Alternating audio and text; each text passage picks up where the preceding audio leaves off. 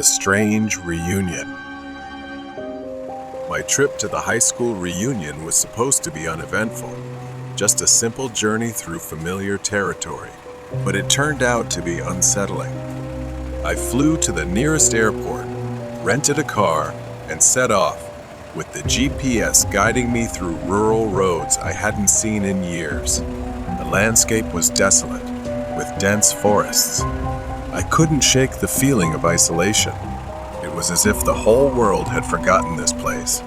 After about 3 miles of this, I saw someone standing by the side of the road. Next to him was a car with the trunk open. It was an old, beat-up vehicle. I'd never stopped for strangers on desolate roads, but this time, my heart skipped a beat. I recognized the man. It was Jay. I pulled over and rolled down the window, but before I could say anything, he was at the door, gripping the handle. He was panting and got into the passenger seat without hesitation. He kept glancing over his shoulder, as if being chased or watched. I asked him what was going on, but his responses were disjointed, almost nonsensical. He stammered, muttering about the woods. I couldn't understand him, and it made me uneasy and afraid. He started hearing something from the woods. He reached out, grabbed the steering wheel, and yelled at me, "Just drive." I didn't hesitate. I slammed my foot on the gas. We reached the reunion, held at the old high school basketball court. I parked and got out, but he lingered for a moment, his eyes still darting around. Inside, the atmosphere was completely different. People were laughing, reminiscing about old times. The normalcy of the scene made me feel disoriented after what had just happened on the road. Jay said he needed to use the bathroom and disappeared without another word. I tried to shake off the lingering fear and grabbed a drink, hoping to calm my nerves. Just then, I saw Gary, another old classmate, approaching me. He looked pale, his eyes wide with shock. Before I could ask what was wrong, he grabbed my arm and blurted out that Jay was dead. They found his body by a riverbank. I felt the glass slip from my hand, shattering on the floor. My heart stopped. That couldn't be true. I had just driven Jay here. He was at the party with me. But Gary didn't stop. He went on to explain how Jay's car was found by the side of the road, the trunk open. The police said he had been lured into the woods, ambushed by his attacker. I didn't wait to hear more. I rushed to the bathroom, my mind spinning. Something had to be wrong. He had been with me. The bathroom was empty, eerily silent.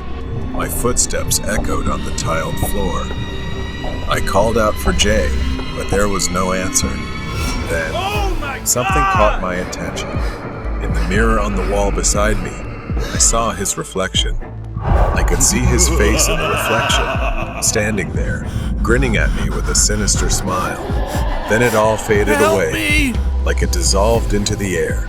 I stumbled back, collapsing to the floor, my heart pounding, my head spinning. Who was the person I met on the road? Could it have been? And not Jay? The days following the reunion passed in a blur. I couldn't stop thinking about Jay and what had happened, as well as what I had seen. Then, a week later, the police found the person responsible for Jay's death, but that person was gone too. I didn't want to believe it, but could it have been Jay's spirit? Or was it the person who hurt him? Thousands of questions, and not a single answer. The school on the old graveyard. My teaching day had ended early, but I was still sitting at my desk, finishing the outline for tomorrow's class. I always believed that ghosts don't exist, so the silence didn't bother or scare me much. But that night, everything changed my mind. In the room, I could faintly hear footsteps from outside. At first, I dismissed it, thinking it was just some students who liked to stay late. playing around.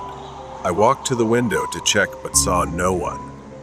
I shut the door, thinking maybe it was just the wind. But as soon as I turned back to my desk, it started again. The noises were louder, like someone dragging heavy sacks. A strange feeling washed over me.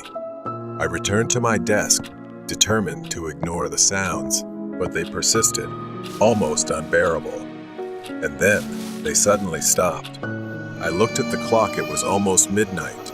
Too tired to think, I decided to head to the teacher's quarters. It was a small room at the back of the school where we could rest. I locked the door. As I lay on the bed, a cold wind swept through the room, sending a chill down my spine. I looked at the window. It was closed. Strange. Just as I was about to close my eyes, I saw a figure standing right outside the window. It was the silhouette of a man, his face hidden in the shadows. Who would be out there at this hour? I hurried to the door, but when I flung it open, there was no one there. The courtyard was still and empty. I returned inside and locked the door. The footsteps started again. This time, they were inside the school, something pacing up and down the hallway. I slipped on my shoes and crept towards the window to check outside, inspecting each spot. What I saw froze me in place. The entire schoolyard was filled with people, not students, not teachers. This was something else. These figures had twisted, gaunt faces, with skin hanging loosely from their bones. Their pale, soulless eyes and feet hovered above the ground as if they were floating. But worse, surrounding them were graves rising from the ground, dozens of mounds with headstones. I didn't want to believe what I was seeing. I closed my eyes and wiped my glasses, hoping it was just a nightmare. But no, when I opened my eyes again, the scene was still there. One of those figures turned, his face distorted in a strange smile, his head tilted as if about to snap. Then they all turned toward the window. Could they all be looking at me? I stumbled back, collapsing onto the floor in terror. The window glass rattled as they pressed their faces against it one by one. Their pale faces, smeared with blood, shattered teeth, and soulless eyes stared back at me. Help me! Some were missing limbs, while others had sores on their skin. I was paralyzed, frozen in place at the sight. All I could do was stare as they crowded the window, their eyes glowing with an eerie light. I screamed and collapsed to the floor, my vision fading to black. When morning came, my fellow teachers found me lying on the floor, unconscious, drenched in sweat. They took me to the infirmary. They asked what had happened, but I hesitated and made excuses to leave. Weeks passed, and life at school carried on as usual, but something had changed within me. When night fell, I started avoiding staying late and never stayed alone in that building again. I occasionally saw strange things, but I just shook my head and walked away. I will never know for sure what I saw that night, and I will never again say I don't believe in ghosts. The Mystery of the Dolls. Her name is Mari. She was on her way to Manor Street, covered in thick fog. Siri's voice alerted, "You have arrived at your destination." The silhouette of the mansion slowly emerged from the fog. Perched on a hill, surrounded by strange 18th century architecture, it looked like something from a nightmare, making her uneasy. She parked her car a block away and walked the rest of the way. The Coopers were an old, wealthy family, and tonight, she was babysitting their 10-year-old daughter. Mrs. Cooper had explained over the phone that their regular babysitter had an emergency, and they were willing to pay her triple her usual rate. The offer was too generous to refuse. As soon as she stepped in, Mrs. Cooper, a pale and frail woman, greeted her on the porch with a forced smile. She told her, "Bridget is upstairs. I've left instructions on the table. Please, don't bother her too much." Mrs. Cooper kept glancing around, as if there was something she couldn't tell Mari. Mari walked down the dark, seemingly endless hallway. She followed the instructions left for her, leading to the room at the end of the corridor. When she entered, she saw Bridget sitting in the middle of the room. Her large black eyes seemed too old for her face. She was clutching a porcelain doll, its face eerily lifelike. She greeted Bridget, but Bridget remained silent, her eyes fixed on the doll. The room was filled with dolls, porcelain faces, shiny hair, all meticulously arranged around the room. Mari shuddered at how real their hair looked. She tried to engage Bridget with stories and games, but the girl remained eerily silent. Hours passed in strange silence until finally, around 10 p.m., Bridget said she was sleepy. Mari led Bridget to the bedroom, and that's when she noticed something was wrong. The girl began moving toward the dolls, saying, "They are my slaves." She could hardly believe her ears. She never expected something like that to come from a child. She knew she needed to keep a closer eye on the girl. By 2 a.m., she had dozed off on the couch. A sudden noise startled her awake. She groggily rubbed her eyes, trying to make sense of everything, when she realized someone was standing behind her. She thought it was Bridget. She couldn't believe her eyes. The girl's face was twisted, her features deformed, aging grotesquely. She clutched the doll tightly in her hands and muttered, "I like your eyes. I will have them." Fear gripped her as Bridget lunged at her with an unnatural strength for a child. She fell to the floor, the weight of Bridget's small body pinning her down. She screamed in vain as Bree's hands scratched her face. "I will take your eyes," Bridget hissed, her voice rasping as if it belonged to someone else. The girl began pulling at a handful of her hair wildly, gleefully. With all her strength, she shoved the child off. She ran down the long hallway, glancing back to see Bridget enraged, chasing her madly. In desperation, she grabbed a decorative figure from a side table and hurled it at Bridget. It struck her forehead, and Bridget screamed in pain, staggering back. But it wasn't enough to stop her. She ran until she burst through the front door, flagging down a passing car. The driver, alarmed by her disheveled appearance, helped her get to the nearest police station. When she returned to the mansion with the police, the truth revealed was more horrifying than anything she could have imagined. Bridget wasn't a little girl. The woman she had been babysitting was a dwarf, Mrs. C, Cooper's deformed sister, whose body never grew but whose mind had twisted into something monstrous over the years. She often comes to the mansion, kills them in their sleep, and collects what she likes. But what she likes the most is their hair. She will use it to make dolls. The police uncovered 7 bodies in the backyard, all young women, all missing their hair. The porcelain dolls in Bridget's room were adorned with their scalps, their hair meticulously attached to the dolls she called her slaves.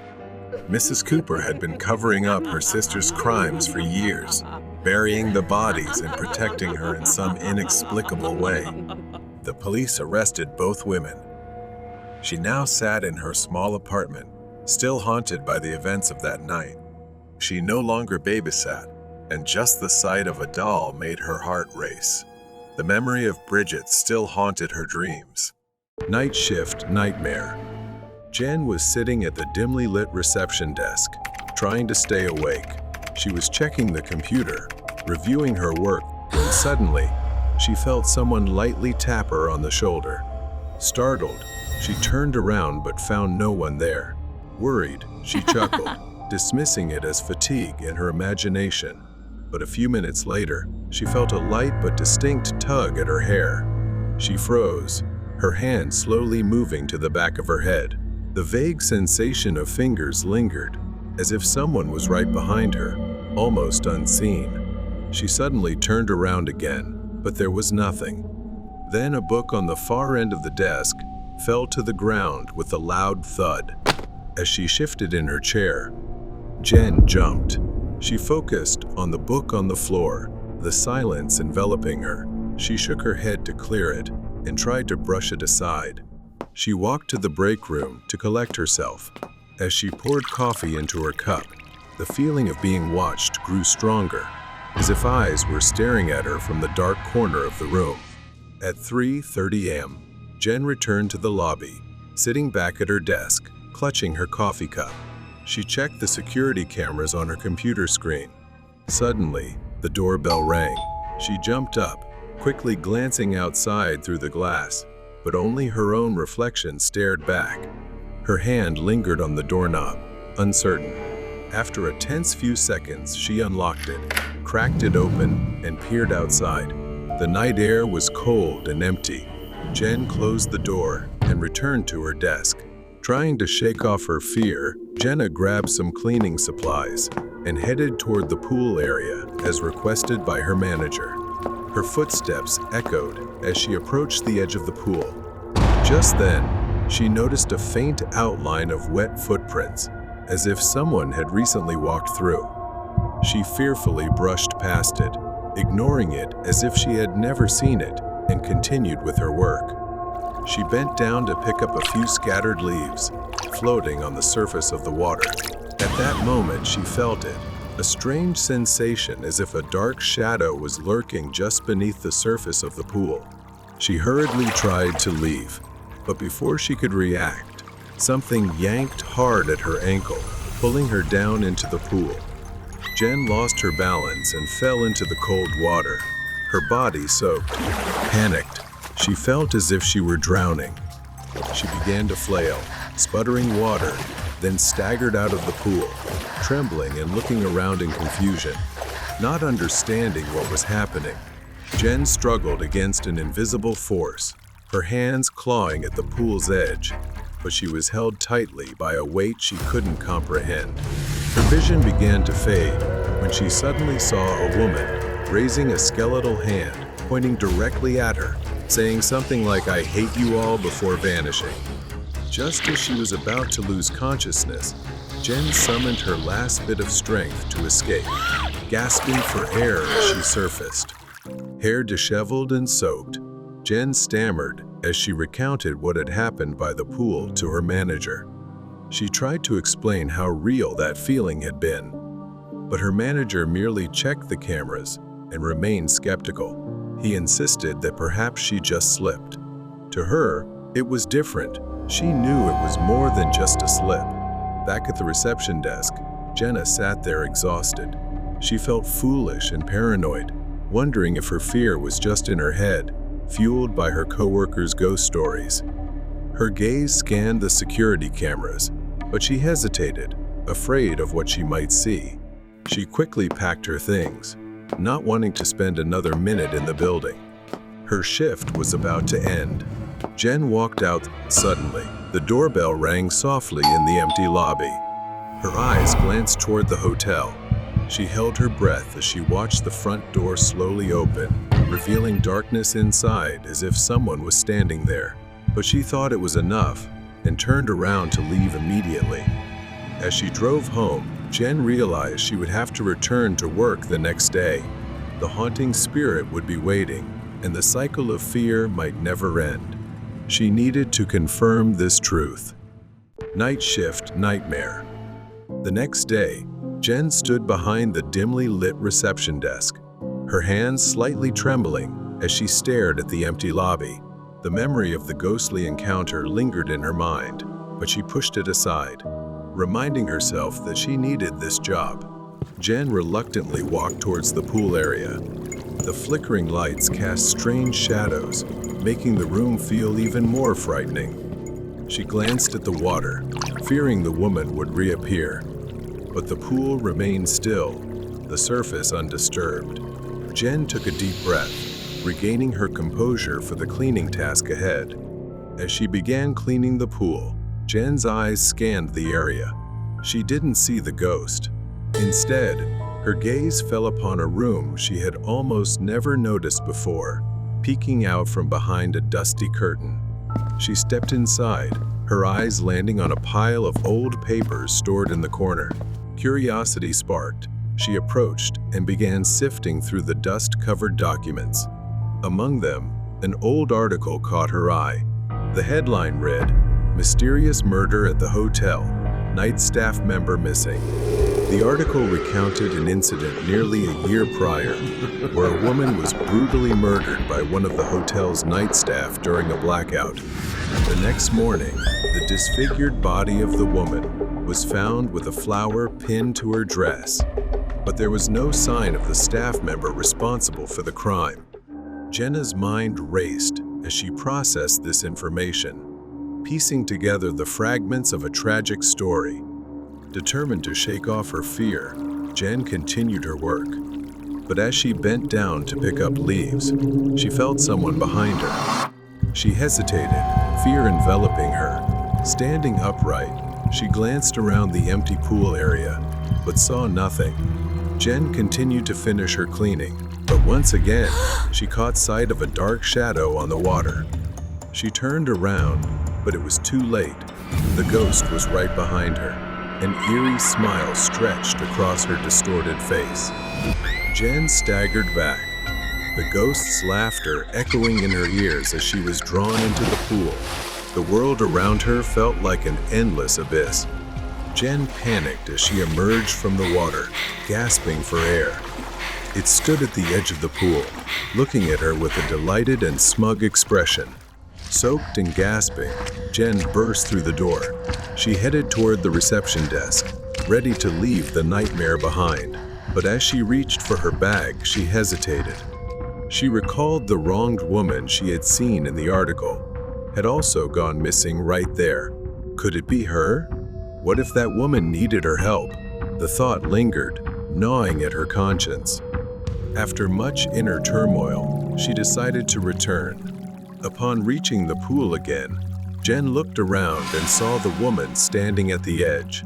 But then she shouted, "I will help you find him." Jen could see the woman's expression change.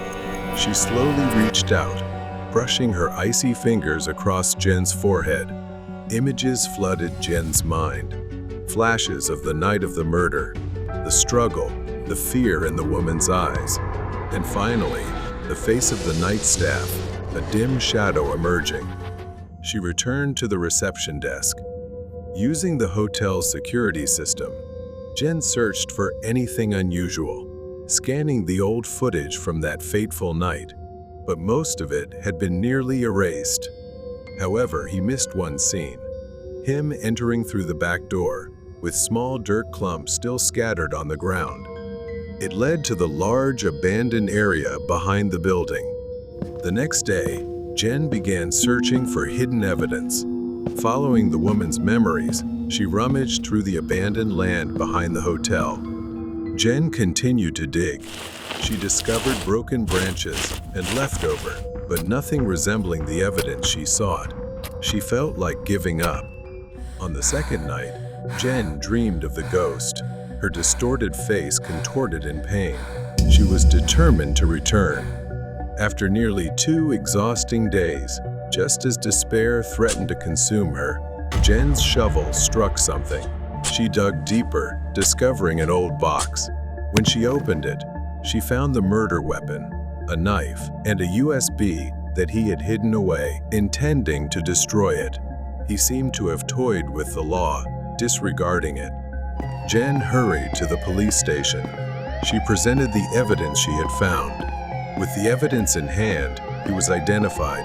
After so long, he was finally apprehended. Jen felt the weight lifted off her shoulders. The ghost of the woman appeared behind her, a faint smile on her distorted face. Jen returned, knowing that the woman's soul could finally find peace. She glanced back at the building, but this time she felt it had truly closed. Weird night at school. I work the night shift as a janitor at a local school. This job is quite fitting for someone who enjoys solitude. Just me, the empty school, and my mop bucket. I only talk to my coworker when absolutely necessary. Most of the time, we divide the school and don't see each other during the entire shift. One night, the school was completely silent. The only sound was the occasional echo of my mop hitting the floor. I've done this 1,000 times, but something about this night felt different, as though something was watching me from the darkness. I brushed it off and kept cleaning. I put on headphones, playing music low enough to still hear if someone was around, but everything seemed normal. I took a break to change the water in my mop bucket. When I returned, I noticed something strange. The wet floor sign I had placed earlier had fallen over. I sighed and stepped forward to pick it up, but that's when I saw them. Small, wet footprints leading away from the sign and down the hallway. I followed the footprints, which led to the staircase heading up to the second floor. I stopped, trying to listen for any sound. Then, I saw something move out of the corner of my eye. It was fast, a flicker of motion at the end of the hallway. I rushed to the end of the hallway, but no one was there. At that moment, I heard faint laughter, the giggling of a child. It echoed through the empty school, sending a chill down my spine. I turned, searching for the source, but saw no one. A loud crash suddenly broke the silence. The sound came from the first floor. My mop bucket had been tipped over, spilling water into a large puddle. My blood boiled with frustration. Someone was messing with me, and I wasn't in the mood for games. I grabbed a dry mop and started cleaning up. I couldn't shake the feeling of being watched as I tried to figure out what was happening. Were there students still in the building? Had someone snuck in after hours? I decided to talk to my coworker. Maybe she had seen something too. She laughed and told me I was joking with her.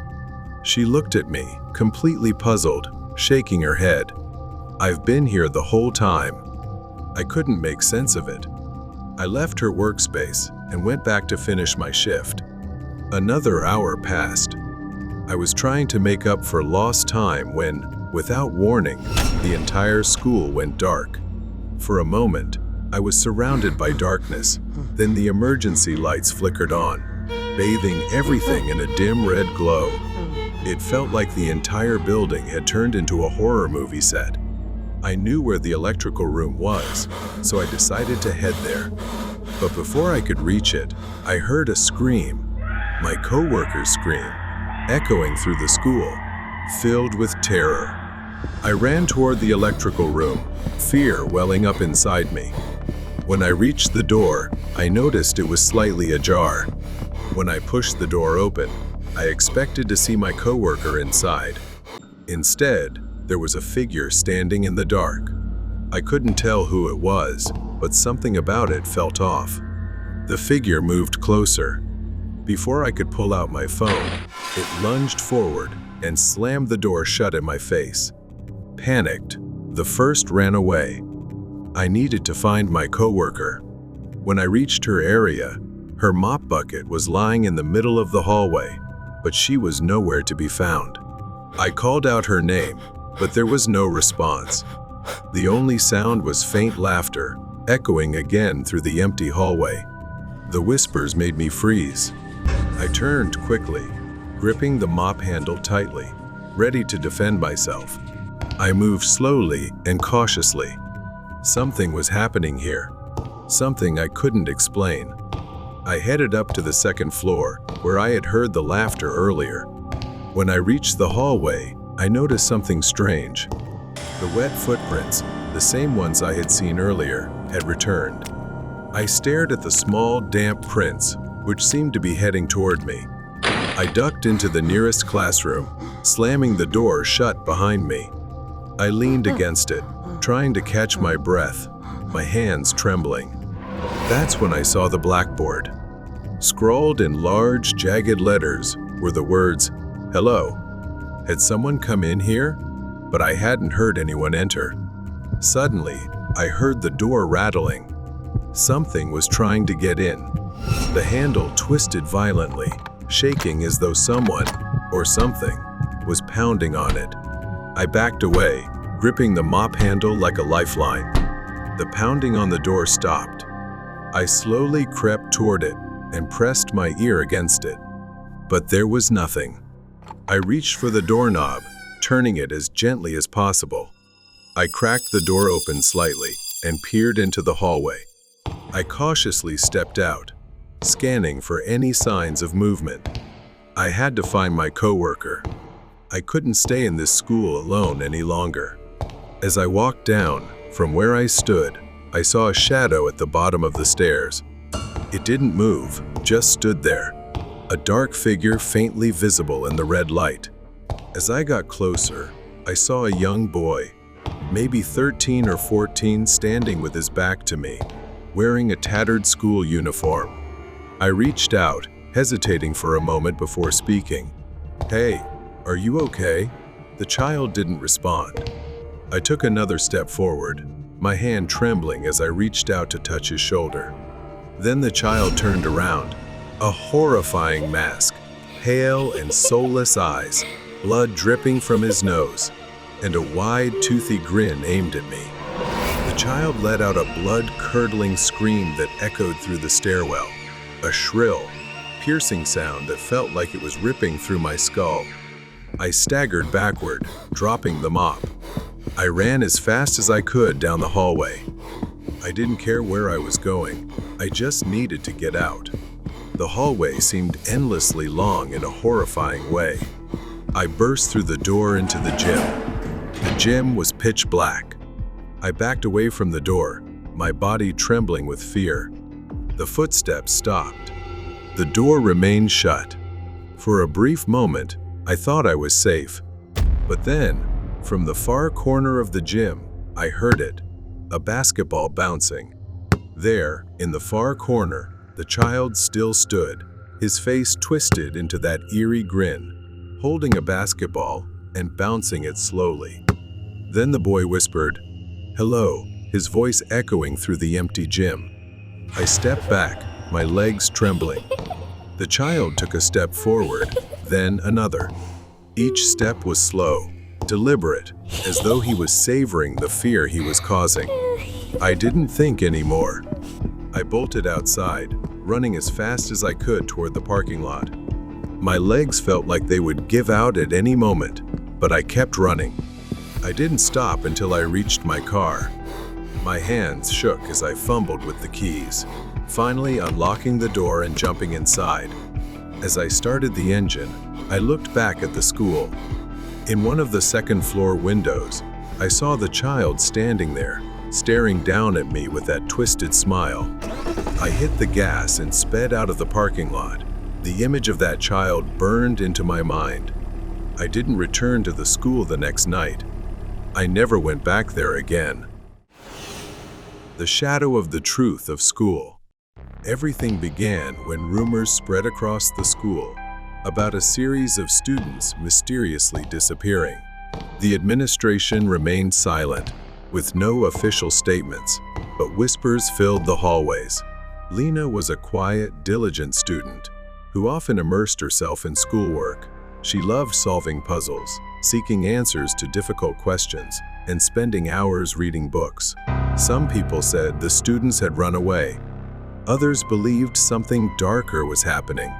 Lena noticed the growing number of empty seats in her class, the somber faces of teachers, and the whispered conversations among students created a heavy atmosphere, and a sense of unease loomed over the school. Lena, always logical, dismissed the idea of anything supernatural or strange. But when Anna, a classmate she'd known for years, vanished without a trace, Lena became increasingly curious. Anna was supposed to meet Lena at the library, but she never showed up. The next day, Lena discovered Anna had joined the list of missing students with no explanation. She started piecing together the timeline of the disappearances, observing the dates and times when students went missing. It was always the same.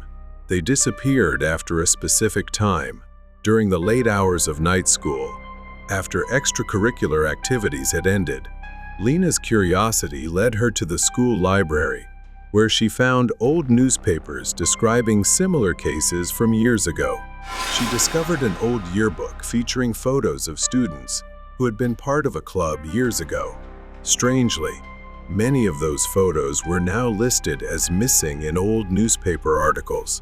One evening, As she stayed late studying, she heard faint noises from the hallway.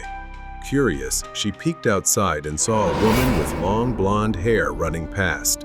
Strangely, she didn't recognize the woman, and the timing seemed odd for someone to be running around the school building. Curious and uneasy, Lena decided to follow her. She trailed the blonde woman through the dark hallways of the school, staying out of sight. The woman's behavior was erratic. She seemed scared and confused, as if fleeing from something. The woman ran toward a man. He was tall and well-dressed, but something about her demeanor compelled Lena to follow. It was unusual, almost fearful. Lena decided to follow the man. She watched them leave the building, heading toward a secluded area near the school. The two entered an abandoned building, and for a moment, Lena hesitated. She followed them into the eerie darkness of the building, but just as she was about to step inside, she heard the woman's scream echoing through the night. Lena froze in place. It was too late to turn back. She cautiously stepped into the dark hallway of the building, the cries from afar growing louder. She moved toward a faint light at the end of the hallway, emanating from a slightly ajar room. As Lena approached, she could see photos on the walls, featuring blonde-haired girls. The names of the girls were written beneath their photos, but one name made her freeze in her tracks: Anna. She was stunned to see her own photo, following that of the girl she had just seen. Lena scanned the room and saw two blonde-haired girls, and to her horror, one of them was Anna. Both girls were emaciated, their hair crudely chopped. And then, he began to approach. Lena quickly backed away as she heard the man's voice. Anna's voice echoed in the room. "Jack, please forgive me," she pleaded, her voice trembling with fear. Lena suddenly realized that this Jack was far from ordinary, and he was not someone she should confront. She needed to stay calm and avoid drawing attention. She decided to quietly leave. She left the abandoned building, found a safe spot, and quietly called the police. In the end, the truth came to light, and Jack was arrested. Investigations revealed that Jack had a troubled past. He was once a boy who was rejected by a blonde girl he loved. Jack was an unassuming, chubby boy with an unremarkable appearance. He confessed his love to a blonde girl, but she mocked him as fat in front of everyone and rejected his feelings. After years of bullying and humiliation, especially that public rejection, his anger grew. His hatred festered, and now, whenever he saw blonde-haired girls, he loathed them. Regardless of who they were, he imprisoned them, cut their hair, and starved them into frailty. Lena felt fortunate to have uncovered the truth early and lucky that she was not the next victim. Along with those who came after, the haunting of invisible ghosts. His name was Henry, and he always enjoyed taking late-night walks. There was something about the stillness that made everything feel simpler. It had been this way for years, a nightly routine for him and his dog, Boss. Henry had been a welder for over 40 years. Now, he was living alone on this large farm. The house, too big for just one person, had felt empty ever since Maria, his wife, passed away. Henry's children had moved out long ago, and after cancer took his wife's life, it was just Henry, left alone with the memories. Tonight, after a long day, Henry decided to take a walk. The cool night air was refreshing, and his dog Boss trotted beside him, his nose sniffing the ground as if searching for something. As Henry made the loop around the house, something caught his eye, a flicker of movement in the second-story window. The bedroom window, the one that belonged to Maria. Henry stopped. For a moment, he thought he saw a shadow, something or someone moving inside. Henry's heart raced, not believing his eyes. He hadn't set foot in that room for years, let alone let anyone else in. Henry stared up at the window, unsure if his mind was playing tricks on him, but something wasn't right. Without hesitation, he rushed inside, Boss close behind, and stormed up the stairs 2 at a time. When Henry reached the bedroom, the door creaked open slowly. The room was empty, exactly as he had left it. Henry's eyes scanned the space, nothing out of place, no signs of anyone being there. Henry felt foolish for overreacting, but that unease, that creeping sensation, stayed with him. Something had been there, Henry was sure of it. The next night, Boss's low growl woke Henry from a deep sleep. He sat up, listening, straining to hear over the pounding in his ears. That's when he heard the creaking of floorboards. Henry's first instinct was to grab his rifle, and he moved into the hallway, raising the gun. A dark figure stood at the end of the hall. A woman, her face obscured by shadows, her hand stretched toward him, fingers unnaturally long. Another night passed. Henry came downstairs early in the morning, only to find the kitchen lights on. He remembered turning them off. Henry grew tense and started calling the police. They searched the entire house, even bringing in the K-9 unit, but nothing turned up. Henry could see it in their eyes. They didn't believe him, but he knew something was wrong. That was the last straw. The next night, Henry went back upstairs. He didn't know what compelled him to return, but when he opened the door, the sight nearly stopped his heart. Maria's clothes, which Henry had packed away after she died, were scattered across the floor.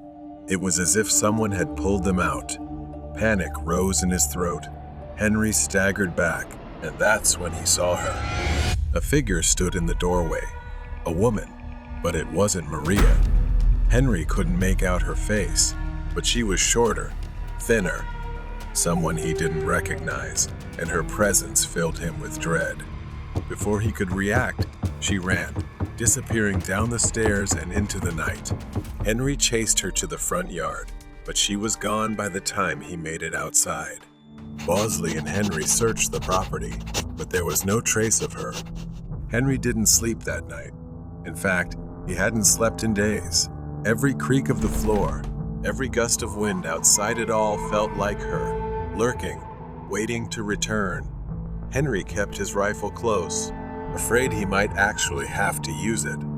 A few weeks later, it happened again. Henry was sitting in the living room, trying to distract himself with the television, when he saw her. She was standing in the yard, staring at Henry through the window, just a shadow, silhouetted by the moonlight. Henry grabbed his rifle, his hands trembling, and ran outside, firing warning shots into the air. She turned and ran into the darkness, disappearing once again. The shots had probably scared her off for now, but deep down, he knew this wasn't over.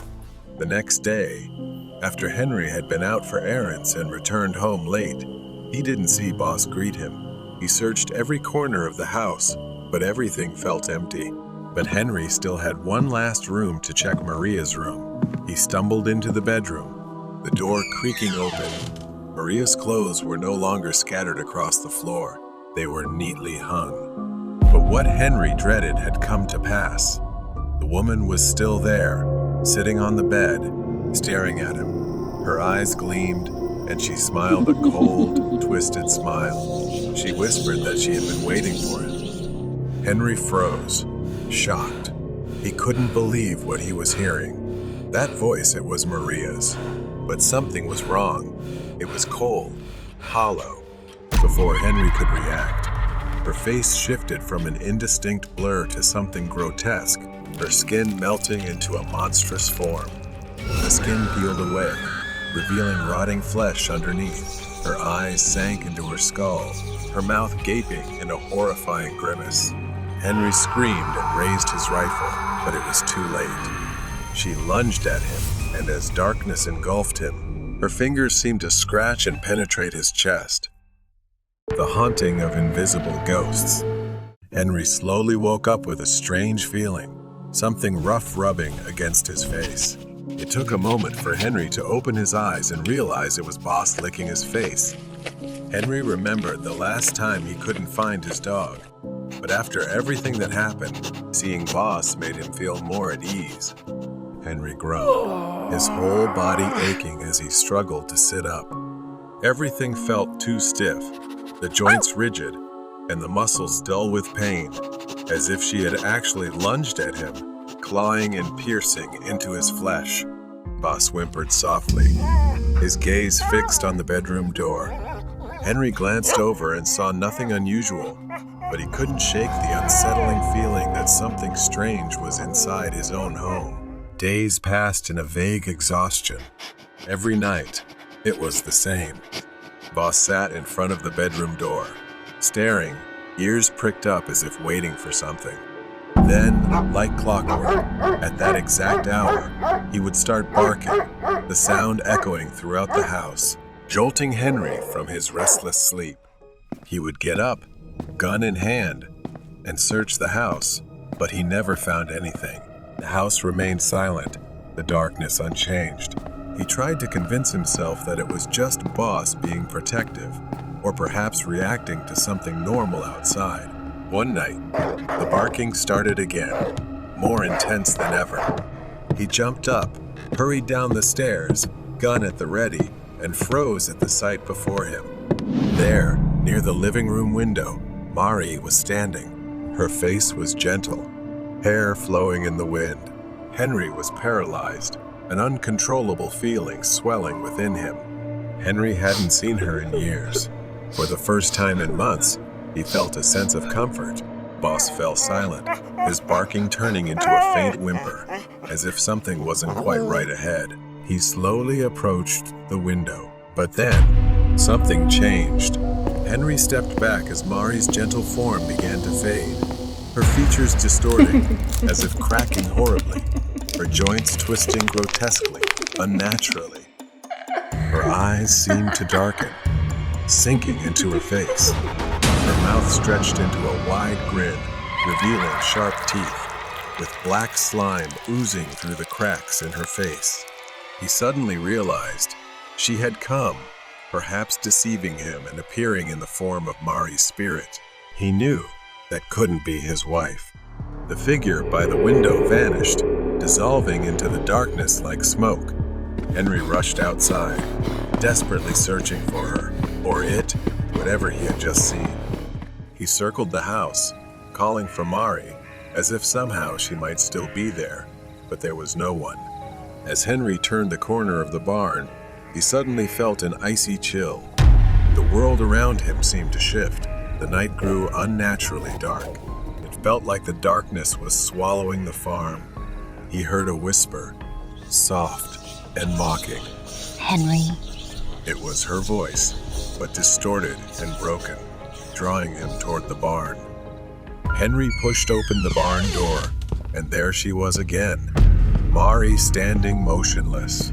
The whispers grew louder around him. Come home, Henry. It's time. The voice echoed from every direction. The darkness closed in, pulling him to his knees as if hypnotized to obey. Her form began to twist again, skin peeling away, revealing a skeletal grin beneath.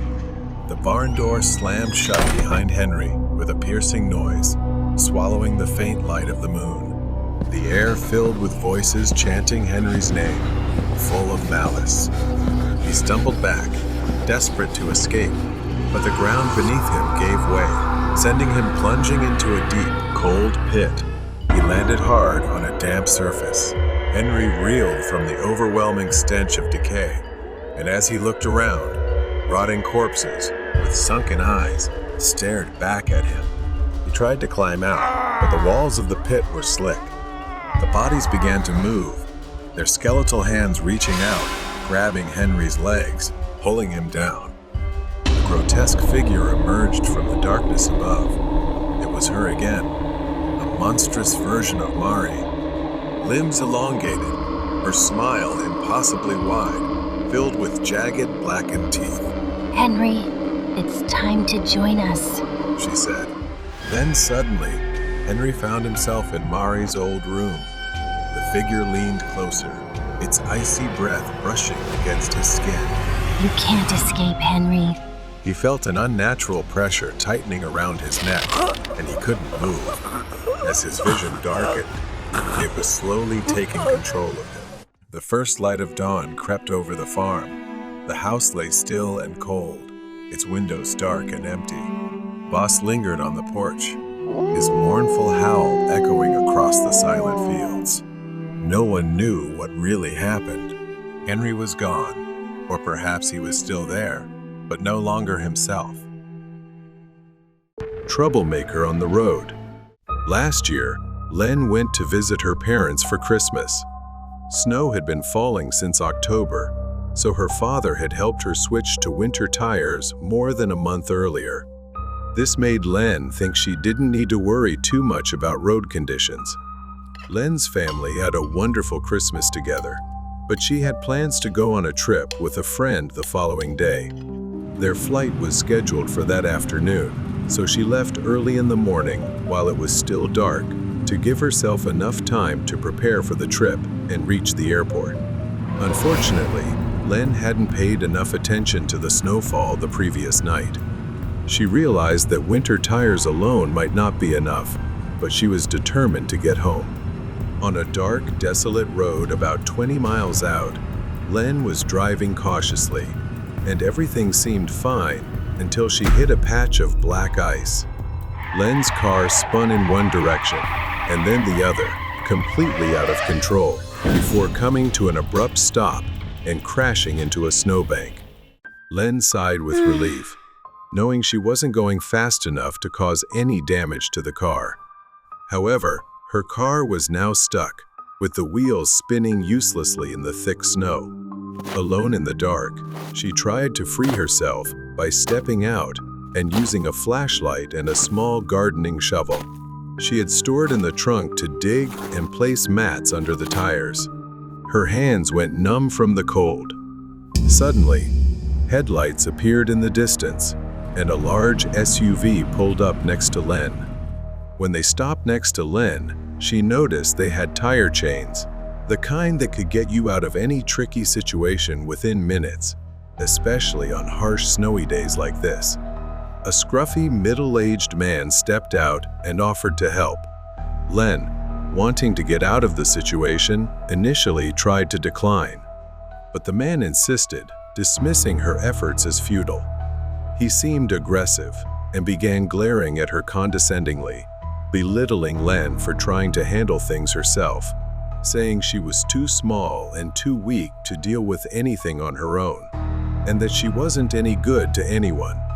He opened the trunk of his SUV, pulled out a long chain, looped it around a mounting point under her car's front bumper, and made her hold it while he retrieved something to secure it. As Len held the chain, the man's behavior became increasingly troubling. He kept asserting control over the situation, and his actions grew more erratic. As a foreboding feeling set in, while she began attaching the lock to the chain, Len cautiously noticed the man's hand moving behind his back as if he was hiding something. Len glanced over her shoulder and saw the man swinging something in the air. In an instant, she realized he was about to strike her with a hammer. Len barely dodged the blow and broke free from his grasp. He sneered menacingly, saying, "You know, out here, no one will hear you scream." Len yanked the chain from under the car and whipped it across his face as he tried to strike her again, stunning him just long enough for her to escape. He screamed in pain as Len ran around to the passenger seat, jumped in, and locked the door just moments before he reached the window and started pounding on the glass. Len crawled into the driver's seat, praying she wouldn't get stuck. She could almost hear her father's voice, reminding her not to accelerate too quickly. So, against her panicked instincts, she slowly pressed the gas pedal. He grabbed the hammer he had intended to use to harm her, leisurely approached the car, and smashed Len's window, but she didn't stop. She hesitated, slowly increasing the throttle to avoid spinning the stuck tires. Her car still wasn't moving, and she tried to focus on being cautious rather than taking unnecessary risks. But he didn't hesitate.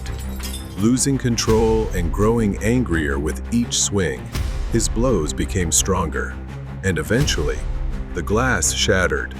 He reached in and grabbed Len's neck. She was on the verge of losing consciousness, but a surge of willpower arose within her. She couldn't let it end like this. She tried again, slowly pressing the gas, and finally, her car started to move. His arm got caught on the jagged remnants of the glass, and in pain, he finally let her go. When Len contacted the police, she reported the man's erratic behavior and detailed description. A few days later, they informed her that a suspect matching her description had been apprehended. He was a known offender who targeted stranded drivers. Len was called in to identify him. In the courtroom, he tried to intimidate her with a cold glare, but she ensured he was convicted. Despite her fear, trusting her instincts and acting decisively not only saved her, but also prevented others from becoming victims of his sinister plans. The Nightmare Delivery Trip. Ryan, a hard-working pizza delivery driver, had been working night shifts for 2 years. His job usually involved driving, delivering, and collecting payments. Most nights went smoothly, but one fateful night changed everything. Near midnight, Ryan received the final delivery order of his shift. The address was on the outskirts of town, near the industrial area, a place he had never delivered to before. The streets were eerily deserted, with most streetlights flickering or completely off. The place always gave him a sense of isolation, but Ryan assumed it was just another late-night delivery. He saw a small, rundown house that didn't scream danger. Yet, something felt off about the place. At the end of the driveway stood a tall man wearing a gray coat and jeans. He didn't move. He just stood there, staring at Ryan's car with an unsettling smile. Ryan hesitated but regained his composure, grabbed the pizza, and approached the man. "Hey, here's your pizza," Ryan said, naming the price, but the man didn't rush to pay. Instead, the man slowly pulled out a handful of coins. He began counting them one by one, placing each coin into his other hand, as if performing some ritual. The air grew colder with each passing second. My fingers began to freeze around the pizza box. The man's grin widened as he said, "You drive too fast, Ryan." Ryan froze. How did he know his name? Panic surged through him. "What? Ryan stammered. I don't know you. I don't think we've met before." Then Ryan quickly backed away. He hurried back to his car, started the engine, and drove off. But when he glanced in the rearview mirror, he saw the man still standing there, holding the pizza and staring at him. But that wasn't the last time. A week later, near the end of his shift, Ryan's manager assigned him one final pizza delivery for the night, another strange order. The address was a house on the outskirts of town, near where he had gone before. The house he arrived at looked abandoned, with boarded-up windows and peeling paint. A note was taped to the door, delivered to the basement. A chill ran down Ryan's spine. Delivering to a basement was unusual. Reluctantly, needing to finish the job, he decided to follow the instructions. As he approached the basement door, he hesitated. A loud creak sounded as he opened it, revealing a narrow, chilly staircase leading down. Something felt off. "Hello?" Ryan called, his voice trembling, but there was no response. At the bottom, the basement stretched into darkness, with several doors lining the walls. One door was slightly ajar, with a faint light spilling out. The small room was dimly lit by a single lamp. In the center of the room was a figure of a man, entirely sculpted out of wax. It was almost perfectly life-sized, like a real person. At first, Ryan thought it was some kind of artwork. The figure slumped in a chair, its wax face eerie and lifelike, with deep eyes and a twisted, unsettling smile. The extraordinary detail made him shiver, wrinkles on the skin, hairs embedded perfectly in the wax. But there was something unsettling, a thin layer of moisture on the wax, making it seem as though it was sweating. Ryan placed the pizza box on the table, instinct urging him to leave. But something about the figure drew him closer. As he got closer, he noticed small cracks running along the wax skin. And then he saw it. Beneath one of the cracks was something red, a dark, congealed liquid. He didn't want to think it, but it might have been blood. Then, as he put his hand near the nose, he felt a faint breath. He leaned closer, and that's when he noticed the chest. It was faint, almost imperceptible, but the chest was rising and falling ever so slightly. Ryan turned to leave, but the door slammed shut behind him. Ryan spun around to see a man stepping out from the corner of the room, tall, gaunt. It was him, the man Ryan had met earlier. He wore a dark apron, stained with streaks of wax and blood. In his hand, he held a brush dripping with molten wax. Ryan held his breath as he realized what the man intended. Just as he thought, the figure in the chair wasn't a sculpture but a person, encased in wax, still alive. The man stepped closer, holding the brush like a weapon. You shouldn't have come here, but maybe you'll make a fine addition. Ryan dashed for the door, but the man was quicker, grabbing his arm. His grip was cold and sticky, and Ryan could feel the wax coating his skin. Help me. Ryan turned to see the wax man's lips moving, his eyes darting desperately. It was the first sign of life he had shown. Ryan broke free from the man's grip, grabbed the desk lamp, and smashed it into the man's face. The bulb shattered, plunging the room into darkness. Ryan scrambled for the door, fumbling for the handle. Behind him, the man screamed in pain, and the buzzing in the air turned into a high-pitched shriek. Ryan bolted into the hallway, slamming the door behind him.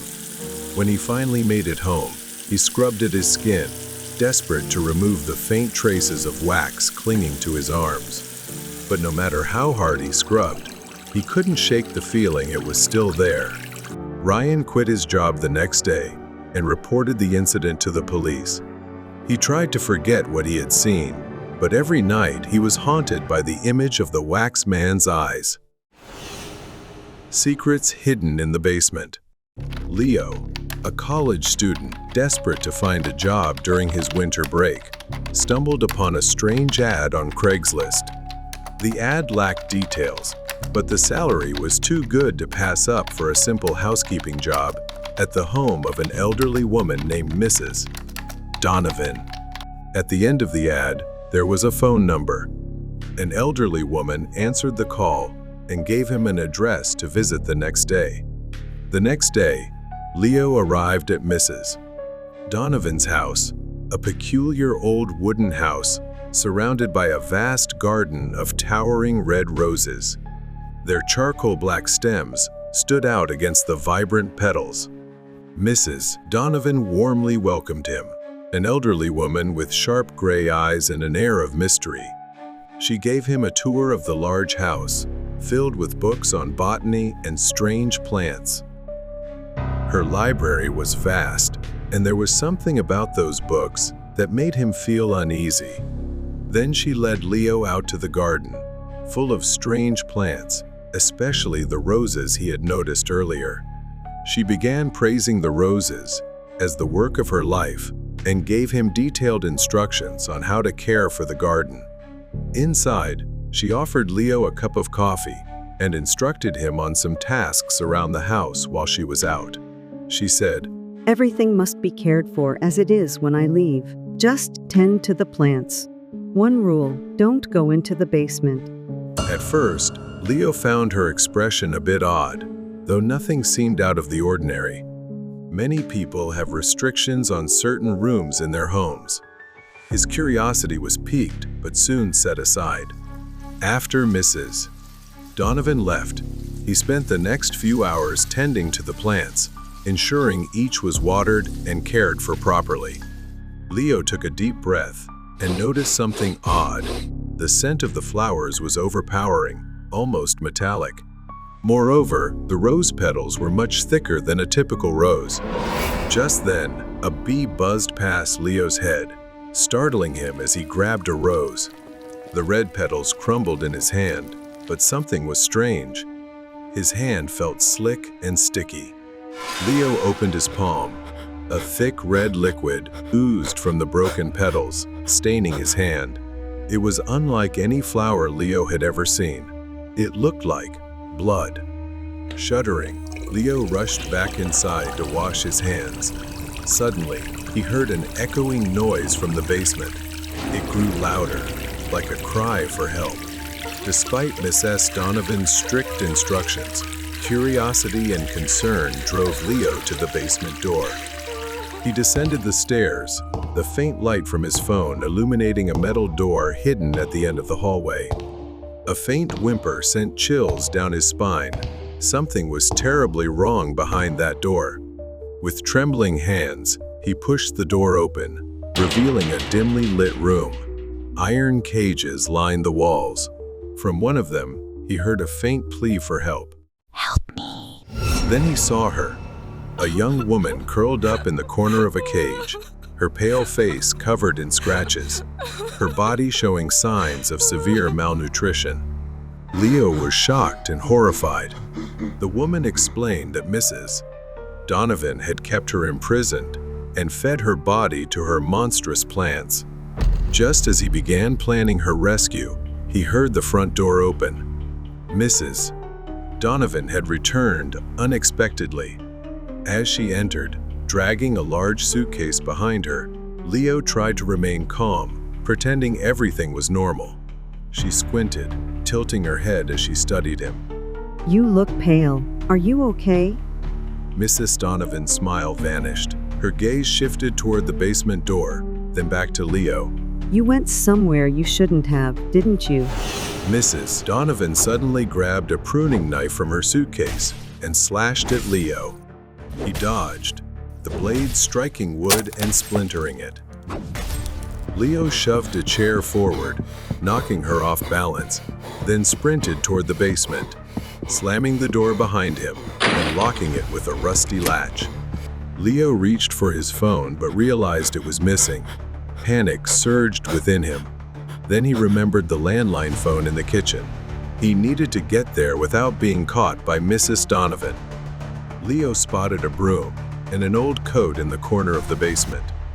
Quickly, he propped the broom against the wall, draped the coat over it to mimic a human figure, then grabbed a pipe from the floor and hurled it against the wall to create a loud noise.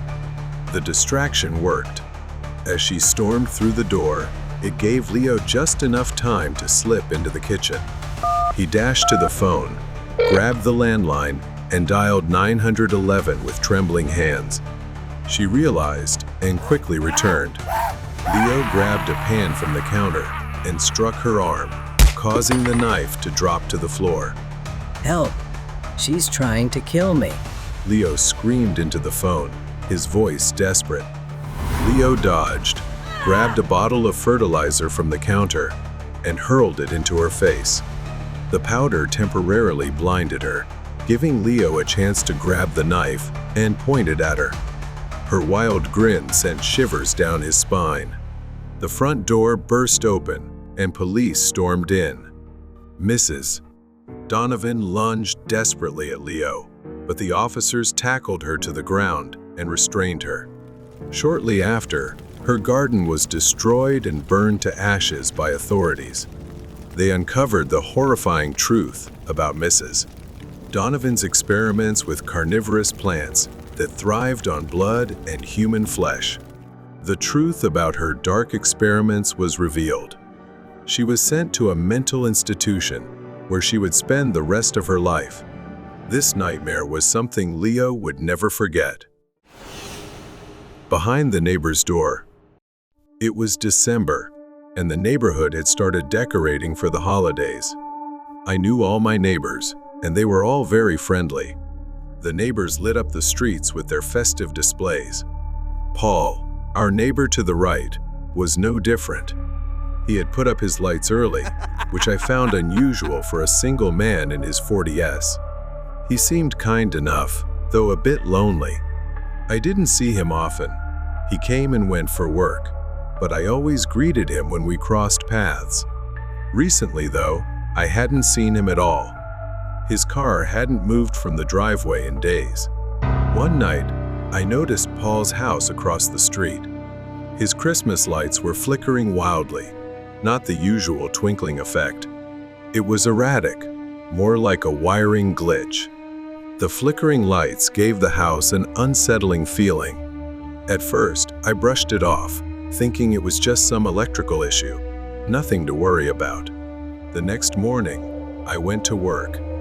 Paul's car was still in the driveway, and once again, all his curtains were tightly shut. That evening, I went outside and saw everything was exactly the same as the night before. I decided to be kind and let him know, as well as check if he was okay since I hadn't seen him. I walked over, hesitating for a moment before knocking on the door. There was no answer, so I rang the bell. Again, nothing. After the third ring, Paul finally opened the door. Paul greeted me with a forced smile. I told him about his flickering Christmas lights and how I just wanted to make sure everything was okay. I asked if he was okay, since I hadn't seen him in a while. He said he just wasn't feeling well. From the way he spoke, I felt his demeanor was awkward and cold. I noticed when he raised his hand, there were black smudges or soot on it.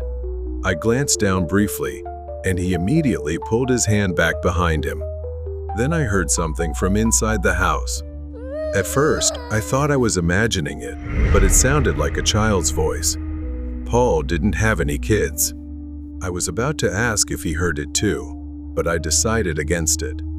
It sent a chill down my spine. I glanced at Paul, but he didn't seem to notice. The sound seemed to come from deep within his house, distant and muffled. His expression didn't change, but there was a coldness in his eyes. I was about to leave, but something inside me, an indescribable feeling, held me back. Then I decided to go back. He was about to close the door when he seemed surprised to see me return. I awkwardly made an excuse, asking if I could borrow some tools to fix a pipe. He politely and courteously invited me into the house. While Paul was rummaging through things in the living room, I asked if I could use the bathroom. On the way, I noticed something strange, a bookshelf in an almost empty room. It was placed in an oddly conspicuous spot and had a few stacks of cardboard boxes. As I got closer, I noticed dark stains on the walls and smudges on the bookshelf. They looked strange. Drawn by the oddity, I tried to take a closer look. Is it making a knocking sound? I thought I heard something and slowly moved closer to investigate. It sounded almost like something or someone was moving behind the bookshelf. Just as I reached out to touch it, Paul suddenly appeared in the doorway, asking, What are you doing? I quickly lied, saying I was just admiring some of the books. Glancing at the bookshelf, I smiled and asked, Do you enjoy detective and mystery stories too? Let's talk about them. But he gave a forced smile and nodded. Sure. Now can you leave? Seeing this, I decided to leave. After leaving, my mind was filled with questions. Why was Paul acting so strange? Why did that room feel so unsettling? It left me with a genuinely weird and uneasy feeling. I decided I would keep a closer eye on him for my own safety. A few days later, I kept observing and devised a plan. I stood in front of Paul's house with some pastries in hand, ready to knock and invite him to a Christmas gathering. As usual, Paul politely declined the invitation, but mentioned he might stop by later. A few minutes later, I saw Paul leave his house, get into his car, and drive off to somewhere suspicious. Seizing the opportunity, I cautiously made my way to the back of his house. He might return quickly, since the back door wasn't locked. I hesitated for a moment, considering leaving, unsure if this was the right thing to do. But then my eyes caught something that made me realize I couldn't hesitate any longer. I saw it, the trash can outside Paul's house. Items that didn't belong, rags stained with dark streaks and dried specks that looked like blood, and even children's clothing. I couldn't ignore it anymore. The door creaked open, and I slipped inside. The house was silent, eerily still. I cautiously moved toward the bookshelf I had seen and suspected earlier. As I approached the shelf, I fumbled around and noticed a book sticking out oddly. I grabbed it and pulled it out. As I pulled it, the bookshelf suddenly shifted, revealing a dark space that looked like a hidden room. I stepped inside and was utterly horrified. The room was a chaotic mess, boxes, shattered items, and strange objects scattered everywhere. In the far corner, something moved in the shadows. I took another step forward, feeling the weight of the air pressing down on me. Then, there he was, a little boy, trembling and trapped in the basement, his wide eyes filled with fear. My first instinct was to help the boy. I barely managed to remove the gag from his mouth when footsteps echoed through the house. Paul was back. My worst fear had come true. I quickly crouched down and whispered urgently to the boy, telling him to stay quiet as I guided him to hide. I hurriedly ran to find a different hiding spot, but Paul already suspected someone was in the house and began searching. He discovered me when I carelessly let part of my shirt show. He stomped on my shirt and said, You shouldn't have come here. Before I could react, Paul grabbed a nearby baseball bat and began swinging it forcefully at me. I barely dodged the first blow. Objects shattered around me. I rushed toward the kitchen, hoping to distract him and keep him away from the boy. My hand grabbed a pepper shaker, and I threw it into Paul's face to obscure his vision. But it didn't faze him at all. Taking advantage of his momentary blindness, I grabbed a frying pan and struck him on the head, forcing him to stagger back. The blows he landed on me left painful bruises, and his strength was greater than I had anticipated. I kept running to distract him, but I realized too late that he had gone down to the basement to find the boy. I called the police and ran down, throwing objects to distract him. I shouted at him to surrender, warning him that he would spend the rest of his life in prison. Paul pretended to surrender or negotiate, but he immediately launched a surprise attack when I let my guard down. Once again, I found myself at a disadvantage. He grabbed my neck and began choking me as I desperately reached for a glass bottle nearby, but I couldn't grasp it. I was nearly losing consciousness from the strangulation when, unexpectedly, the boy screamed, distracting Paul and giving me an opening. I seized the moment, grabbed the bottle, and struck him on the head. With a painful groan, Paul staggered back and finally released his grip on my neck. I quickly got up, pulled the boy up the basement stairs, and locked every door behind me. The police arrived within minutes, surrounding Paul's house. Paul was arrested, but what they uncovered left me horrified. The boy had been abducted from a completely different town and had been held in the basement for over 4 days. As for the flickering Christmas lights, the boy was a genius who had somehow figured out how to manipulate them from the basement as a cry for help to attract someone's attention outside.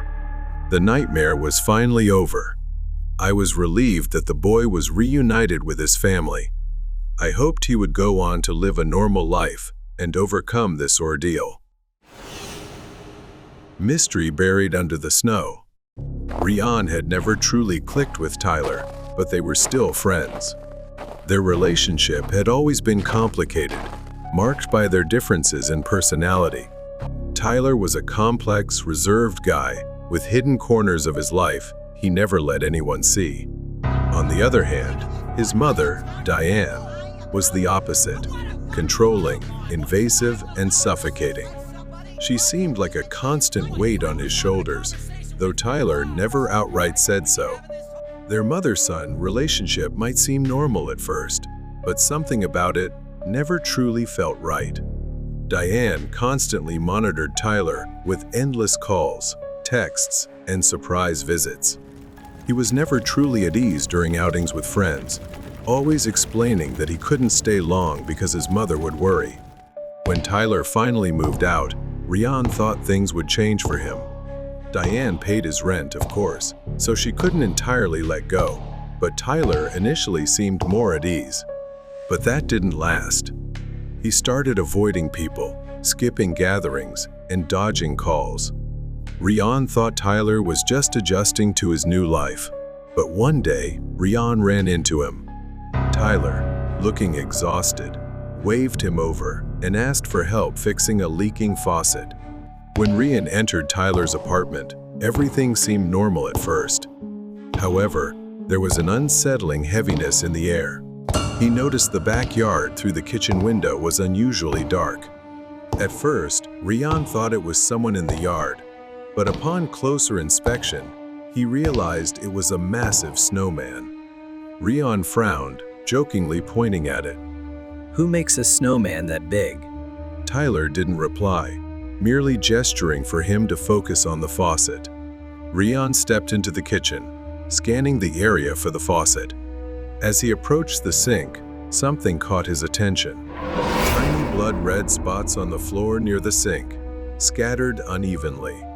At first, he thought Tyler had cut himself while cooking or something similar. That's not unusual for someone as clumsy as him. At first, they weren't clear, but upon closer inspection, something seemed off. The stains weren't random. They seemed to form a trail leading out to the yard.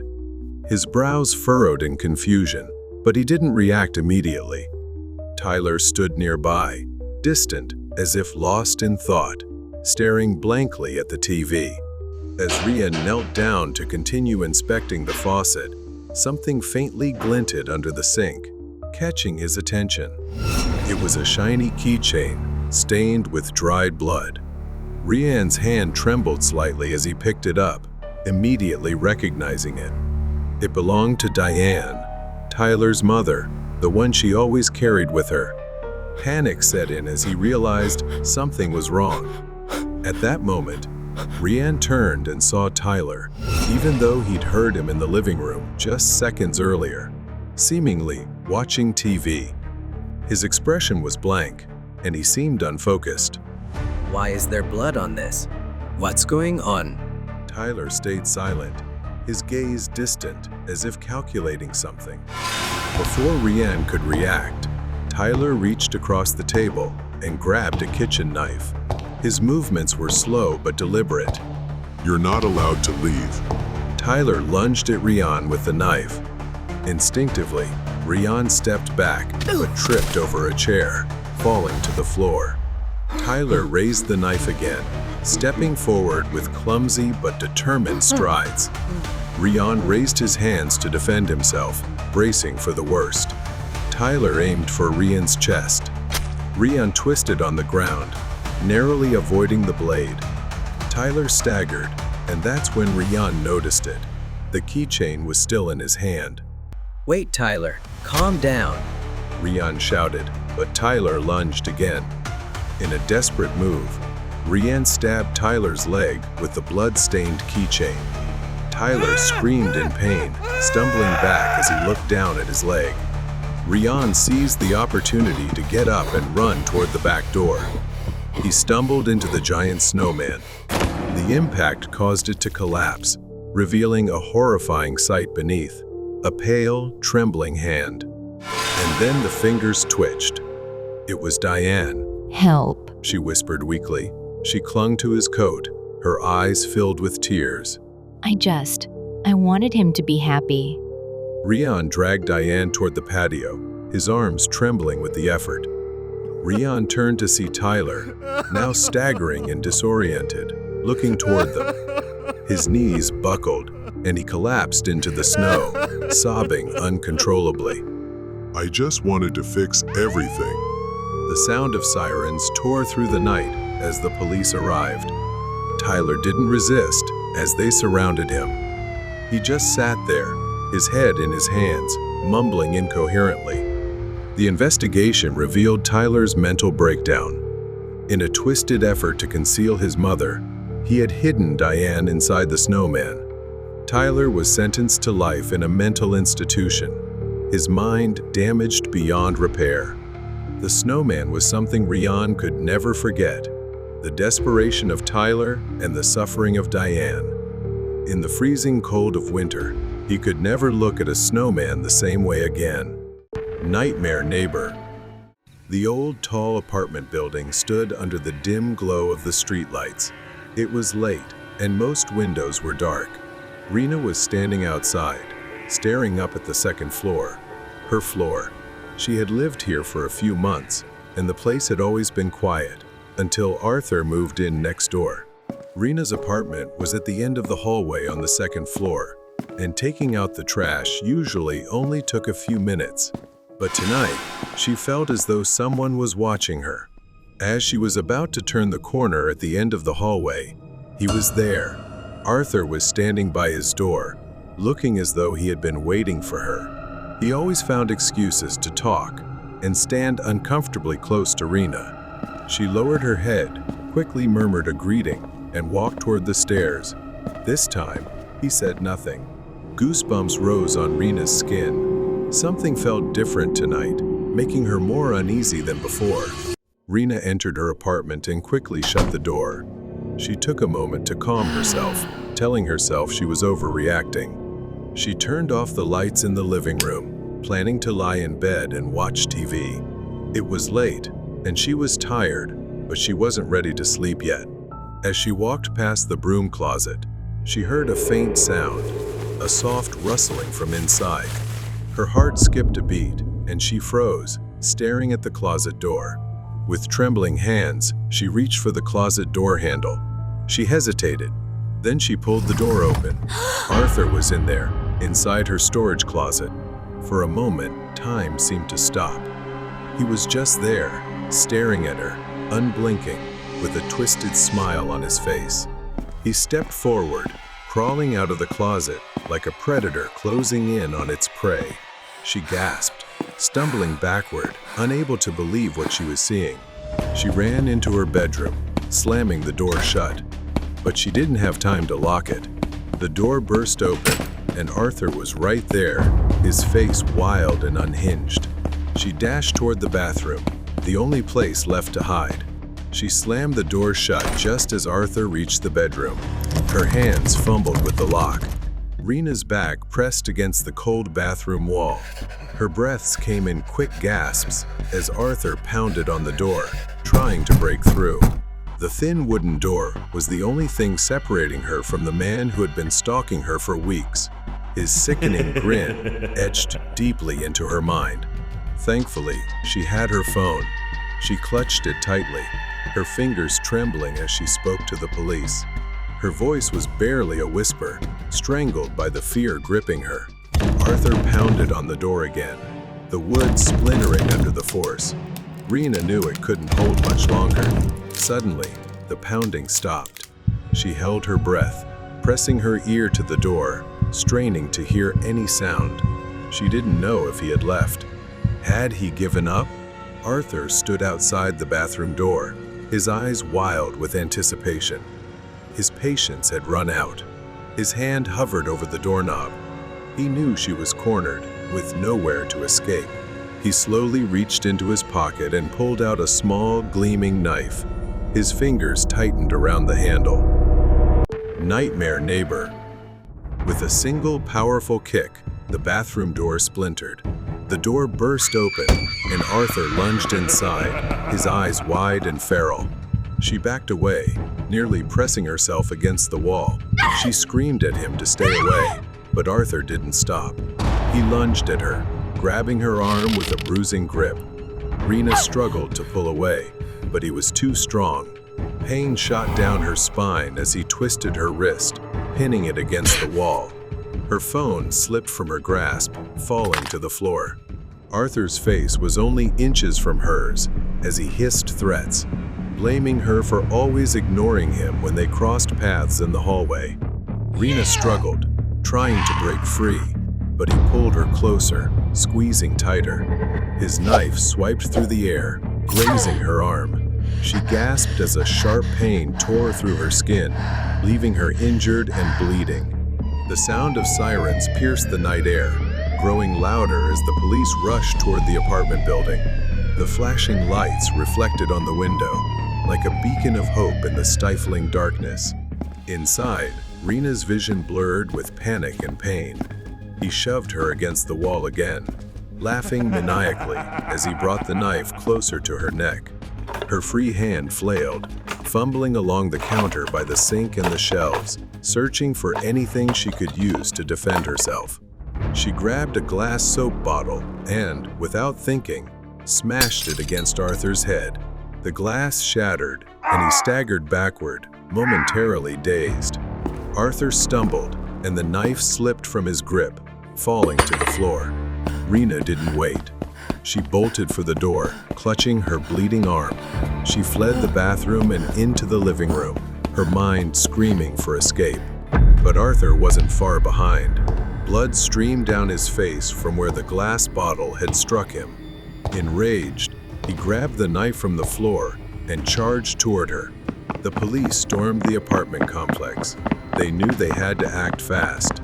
Rena reached the living room, but her legs gave out, sending her crashing to the floor. She could feel Arthur's looming presence closing in, the knife still in his hand. His eyes were now filled with rage, the twisted delight in them gone. He reached for her, grabbing her hair. Rena winced in pain, struggling to get up, her body screaming for help. Arthur growled. There's nowhere left to run, girl. Just as he raised the knife again, the apartment door burst open with a loud crash. The police stormed into the apartment, cutting through the tension. Arthur stubbornly held on to her, refusing to let her go. Seizing the opportunity, Rena stomped on his foot, making him cry out in pain. She ran toward the police, gasping for breath, blood dripping from her arm, but the nightmare was over. Rena sat on the edge of the ambulance, her mind still reeling, her body in shock. She watched as the police loaded Arthur into the back of the car. The flashing lights of the police car faded into the night as they drove away. The terror on Christmas Eve. This incident happened on Christmas Eve, the year Lena was 13. Since she only lived with her dad, and her family usually either didn't celebrate or celebrated Christmas late, she was used to this. For Lena, Christmas Eve was just like any other night. Her dad was a doctor, so he always had to be on call at the hospital during Christmas holidays. That night was no exception. He wasn't home.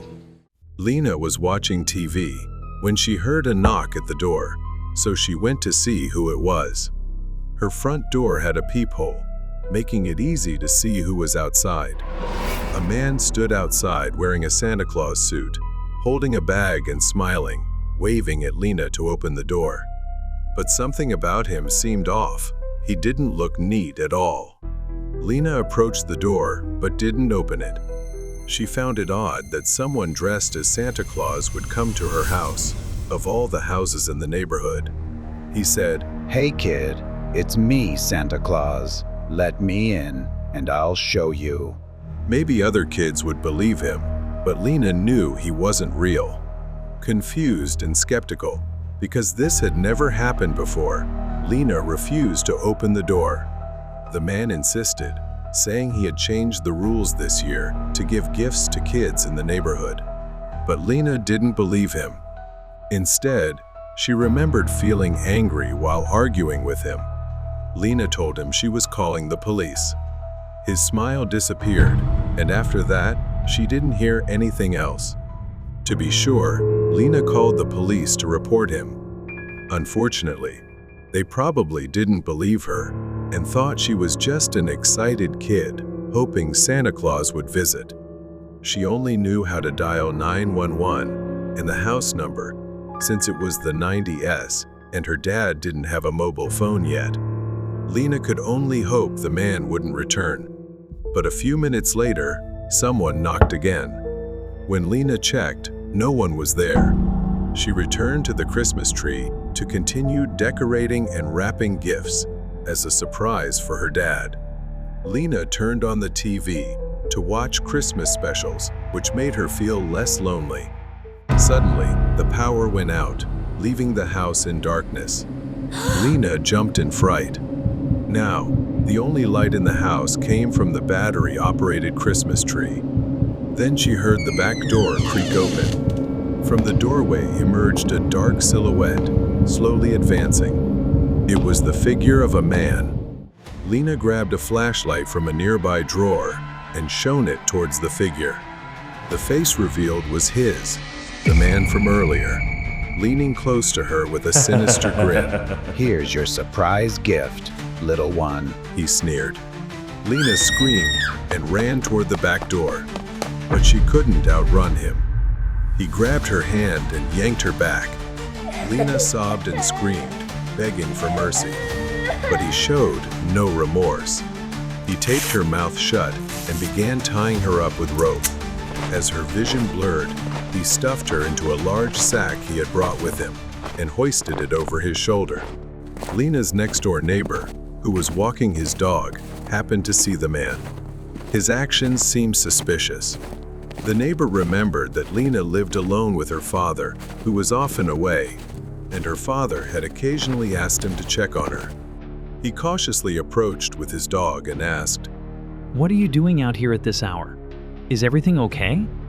The man, startled, quickly forced a smile and replied, Oh, I'm just preparing a surprise for the kids in the neighborhood.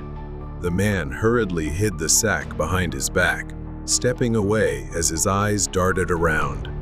His strange behavior only heightened the neighbor's suspicions. His dog kept barking, as if trying to warn him of something. It was a smart dog, good at sensing trouble. The neighbor noticed the sack behind the man seemed to be moving slightly. Sensing the man was odd, the neighbor remained cautious. He apologized for bothering him and pretended to head back toward his house. He then heard a faint sound resembling crying and immediately knew something was wrong. Without thinking, he rushed toward the man and shoved him hard, causing him to fall onto the grass. The sack fell, and Lena tumbled out onto the grass, her eyes wide with terror. The man tried to flee, but the neighbor quickly pinned him to the ground and held him there until the police arrived. The man remained on the ground, handcuffed and arrested. Lena was safely escorted back home by her neighbor. Her father returned home immediately after hearing the news. That night, Lena learned the true meaning of fear. She hugged her father tightly, knowing she was lucky to have survived a terrifying Christmas Eve. Ghost in the Gym. A violent storm raged outside, the rain pattering against the windows of the gym. Today, Nana arrived earlier than usual to prepare for the upcoming exam, hurrying toward the gym. Her gym teacher greeted each student outside the girls' locker room. As usual, Nana entered the locker room, the fluorescent lights flickering slightly due to the storm. She walked to her locker and took out her workout clothes. As she began preparing her things, a faint shadow caught her eye, gliding along the other side of the lockers. She paused, glancing around. Curiosity overcame her, and she called out, "Is anyone there?" Nana walked toward the source of the noise, which was at the end of the locker room, where a row of shower stalls stood, the last stall covered by a thick, dark curtain. Nana approached, the lights beginning to flicker erratically. Not knowing where she found the courage, she reached out and pulled back the closed curtain, revealing only an empty shower stall. She was about to turn away when she sensed someone passing right behind her. She froze for a moment, then a sound like soft sobbing echoed back, sending chills down her spine. The temperature suddenly dropped, a chill enveloping her. At that moment, the voices of other girls echoed in from the hallway. Nana temporarily felt relieved as she stepped out of the shower area and saw a group of students walking by. She asked if they heard someone crying, but the girls exchanged puzzled glances and shook their heads. She returned to the gym class, where everyone was gathered. Suddenly, a terrified scream echoed throughout the gym. A fellow student named Lee ran in, her face pale and filled with fear. She collapsed to the floor, tears streaming down her face. The gym class fell silent as everyone stared in horror, confused and frightened. As the teacher pressed Lee to explain, she trembled, describing a horrifying scene she told of a baby, covered in blood, appearing in the bathroom and standing there crying. After class, Nana decided to stay behind for extra practice. She walked alone to the entrance when she suddenly noticed a key lying on the floor and the gym door ajar. A dark sense of unease washed over her as Nana stepped into the dimly lit room. She tried to turn on the lights, but they seemed to be out of order. Determined to push past her fear, Nana decided to prepare for the upcoming swimming exam. She walked to the pool area, the dim lights reflecting off the water. As she approached the pool, she heard a nearby sobbing voice, that of a girl, weak and sorrowful. Nana stopped, looking around the area, but saw no one, and everything fell silent. The overhead lights flickered, distorting her vision for a moment. As she squinted, she saw a shadow floating at the far end of the pool. Her first thought was that it was a student practicing diving, as that occasionally happened. But as time passed, she realized that the shadow wasn't moving. A sense of unease welled up inside her, and she decided to check, just to be sure. Nana approached the edge of the pool, her eyes fixed on the floating shadow. As she got closer, fear surged within her. The water around the shadow began to darken, turning a deep crimson, and she realized with horror that a lifeless body was floating in the pool. Overcome with fear, Nana ran to seek help. Moments later, the police arrived to investigate. They confirmed that the body belonged to a student who had been seen alive just a day before. Nana suddenly realized it was Lee. Her mind was haunted by memories of her friend. She learned that her friend had been haunted by strange visions, driven mad by sounds and sights that no one else could perceive. Lee could not stand the pressure from many sides. It caused her to develop depression and pushed her to the brink. Nana stood at the school gate, watching the flickering lights of police cars fade into the distance. The storm had passed, but a chilling emptiness lingered in the air. She shuddered, haunted by thoughts of the ghostly figure and the cries she had heard. In the following days, Nana lay in bed, tossing and turning as she recalled haunting images. The pale face of her friend Lee, the bloody child, and the dark water lingered ominously in her mind. In her sleep, the voices of Lee echoed in her ears, pleading, desperate, and faint. With each passing day, they grew louder, resonating in her mind. The next morning, Nana walked through the school hallway, the world around her feeling dreamlike. She paused in front of the gym, staring at the closed doors before walking away. That night, Nana fell asleep. As she closed her eyes, she was pulled into another nightmare. She stood in the gym, surrounded by darkness. Lee's face appeared before her, eyes wide with fear as she reached out, as if wanting to say something. Then everything seemed to change. The water in the pool turned red, and she watched in horror as Lee emerged from beneath the surface, slowly rising as if trapped. Nana tried to scream, but no sound escaped her lips. The next day, Nana's nightmare still haunted her thoughts. Each day was filled with a nagging feeling that she was overlooking something urgent, something dark that only she could confront. She knew she needed to understand what had happened to Lee to help her find peace. Nana dove into research, sifting through old school records, searching for any information about unexplained incidents at the gym or pool. After hours of digging, she stumbled upon a small article about a tragic incident, the unsolved death of a young girl at the school many years ago. The report detailed how a female student mysteriously drowned in the pool, and witnesses claimed to have seen a crying child nearby, although no child was ever found. Through the faded articles and forgotten records, she discovered that a child had been abandoned at the school. The child had died under tragic circumstances, perhaps explaining why the girl's spirit wandered, trapped here. The more she read, the more Nana understood the connection. The spirit of the abandoned child, full of pain and loneliness, had latched onto isolated students. Lee had been haunted by this spirit, drawn in by her own sorrow. That night, Nana returned to the pool one last time, determined to confront the spirit and free her friend.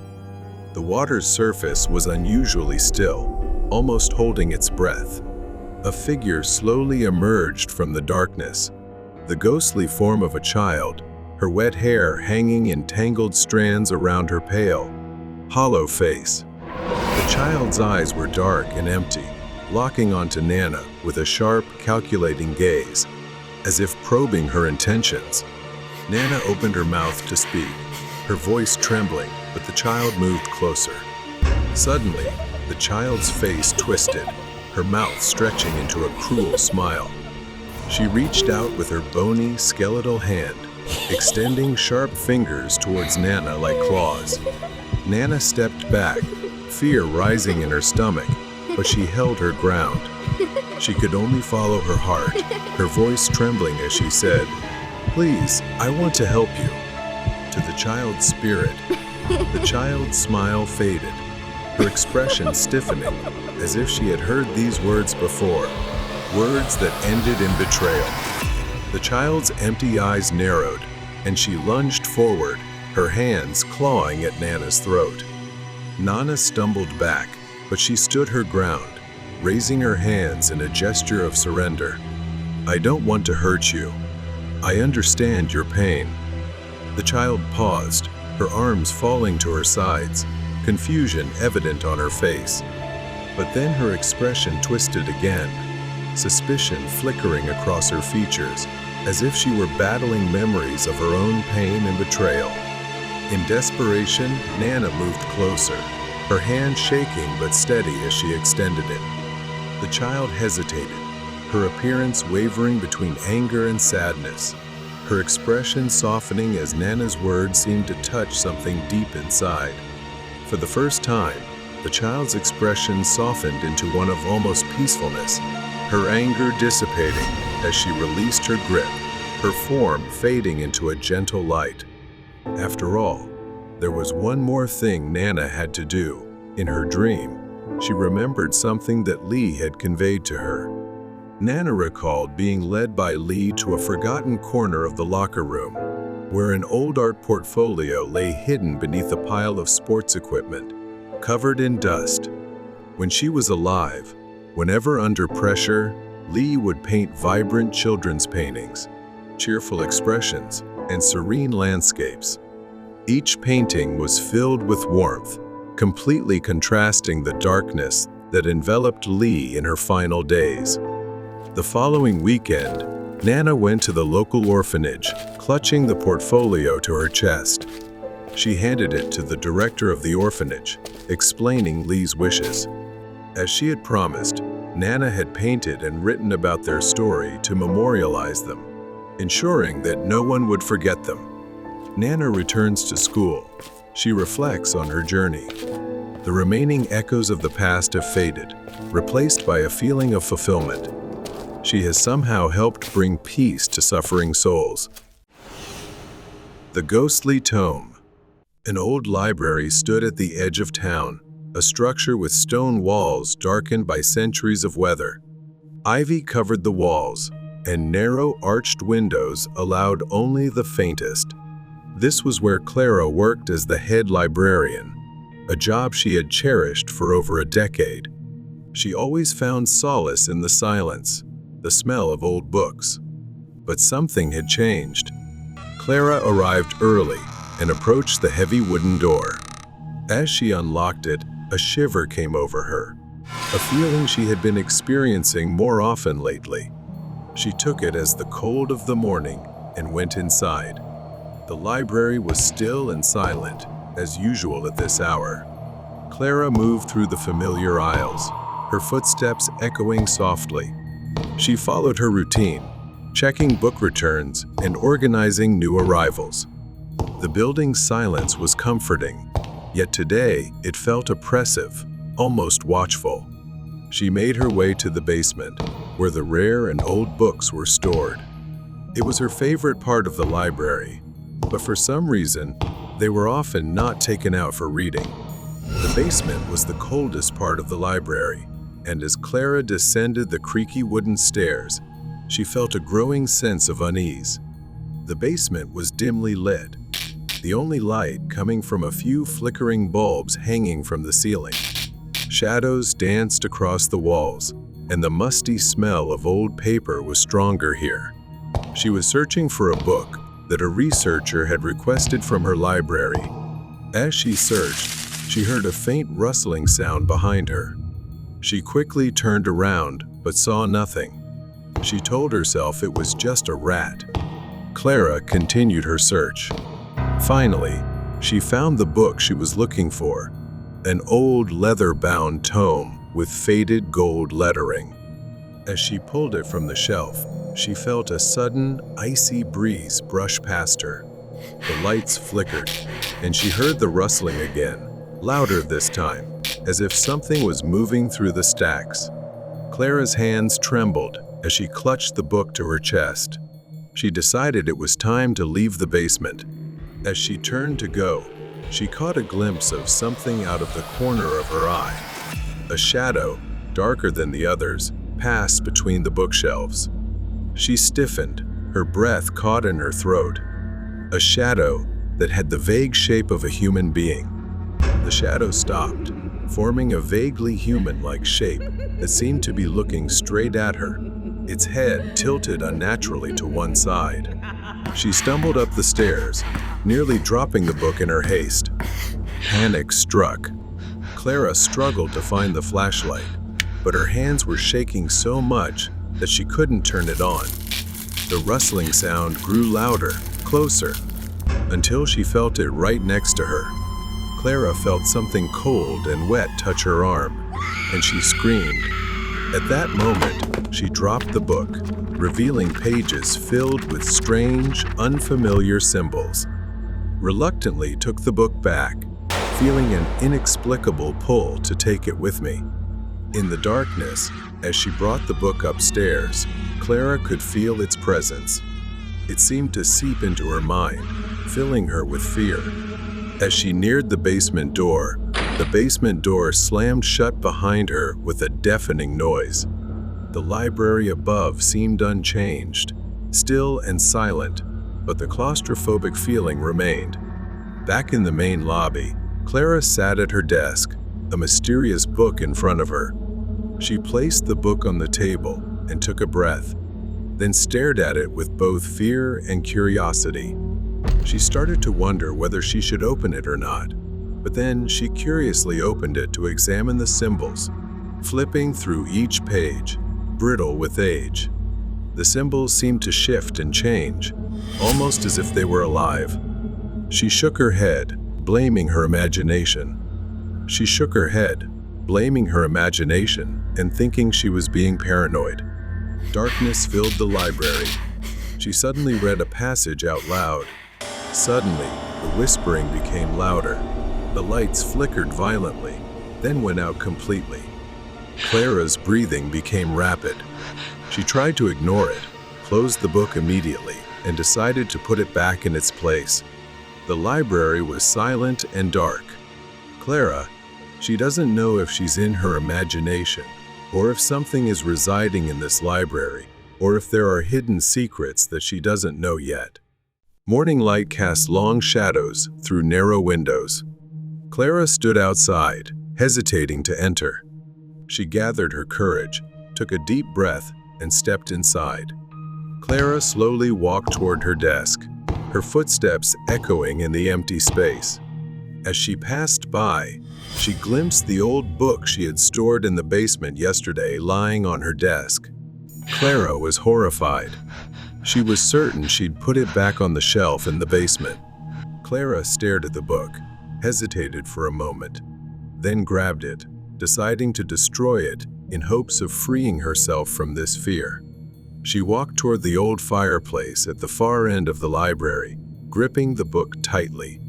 She opened it, and the symbols writhed as if alive, almost resisting her. She threw the book into the flames. A hissing sound escaped from the book.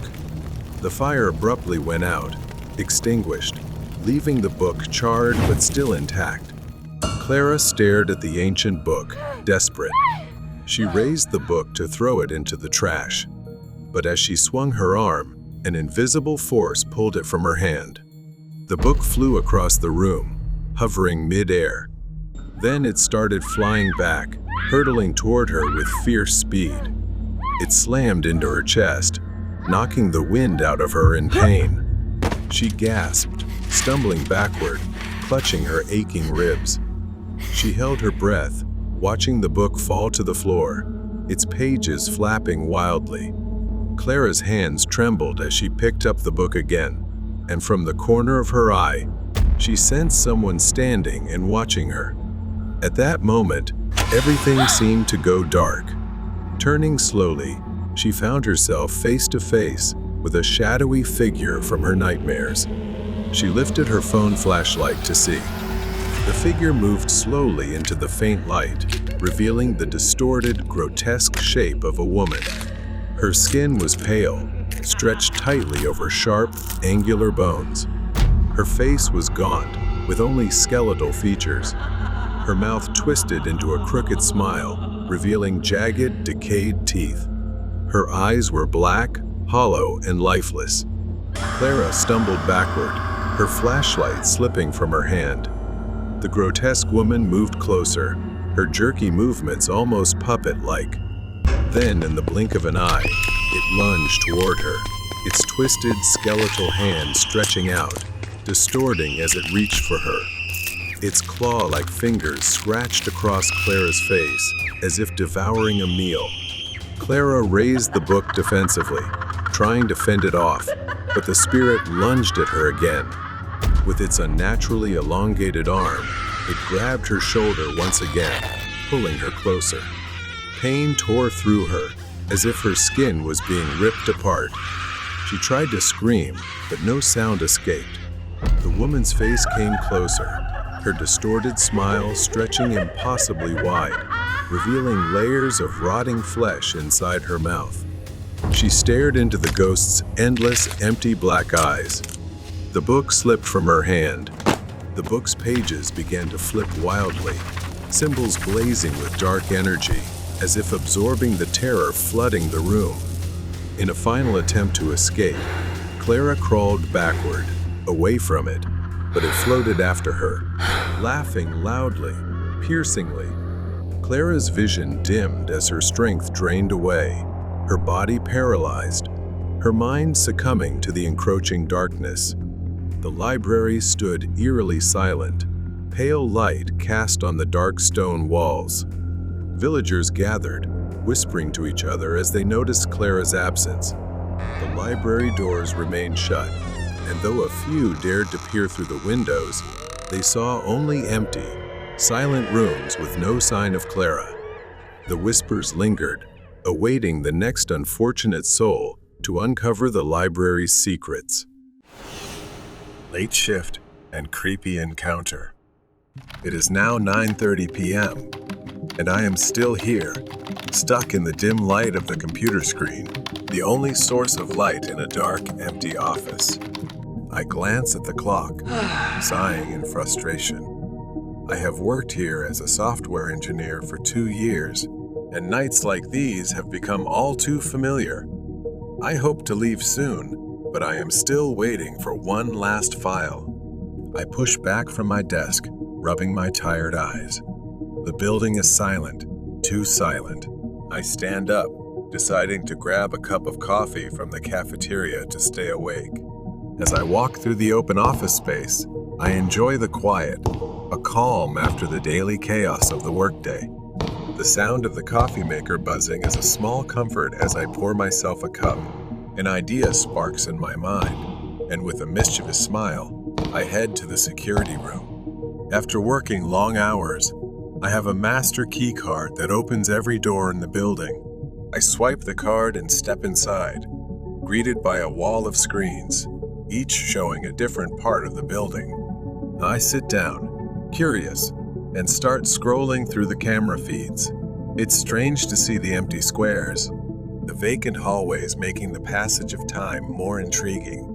Then, something unusual catches my eye.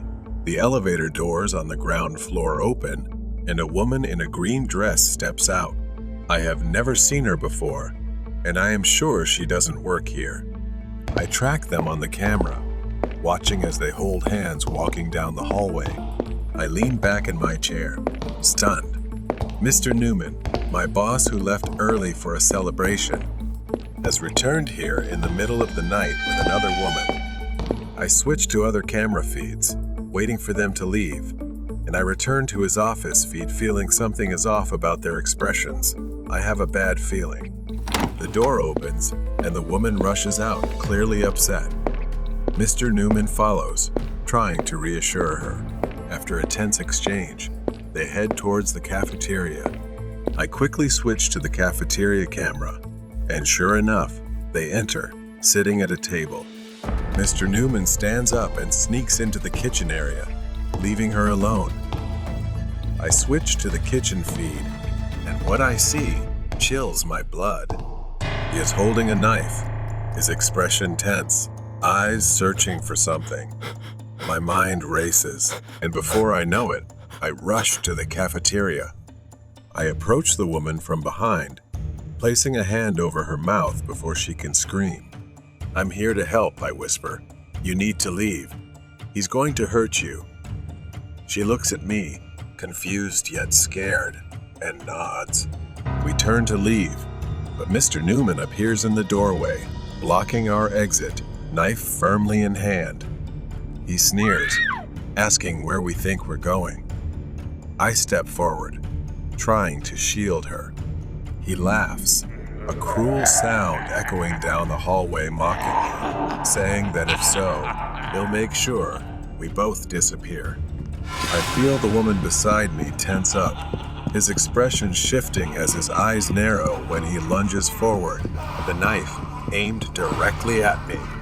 I defended, but the impact was still so brutal that the blade stabbed into my hand.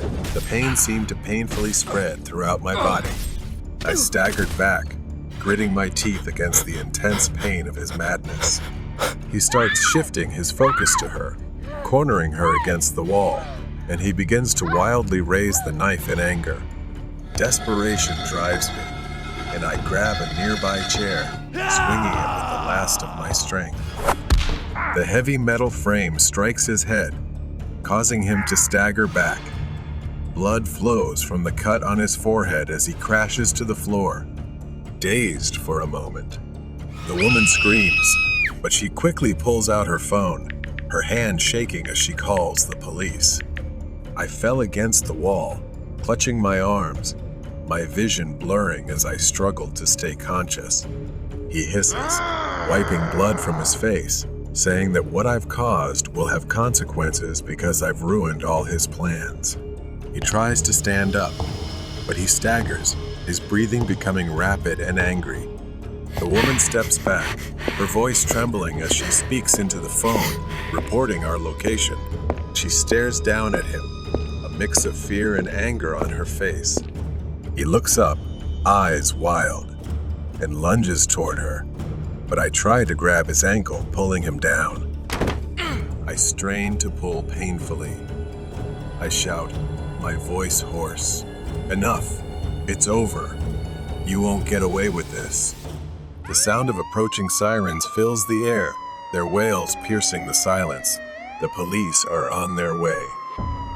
Newman's face pales as he realizes time is running out. He kicks my hand in a desperate attempt to escape. The police burst into the building, their flashlights cutting through the darkness. They find us in the hallway, and within moments, Newman is handcuffed, his expression one of utter defeat as they lead him away. I was loaded onto a stretcher. The paramedics stabilized my arms while the woman stood next to me, her face a mixture of relief and remorse. The next morning, I sit in a room at the police station, an officer seated across the table, looking at me seriously. He recounts the details they have uncovered. Newman had been seeing the woman at the scene, promising to be with her. But when she found out he was married, she threatened to expose him. Panicked and desperate to protect himself, he planned to eliminate her, believing no one would be there to witness his crime. He brought her to the office, hoping to use the quiet space to his advantage.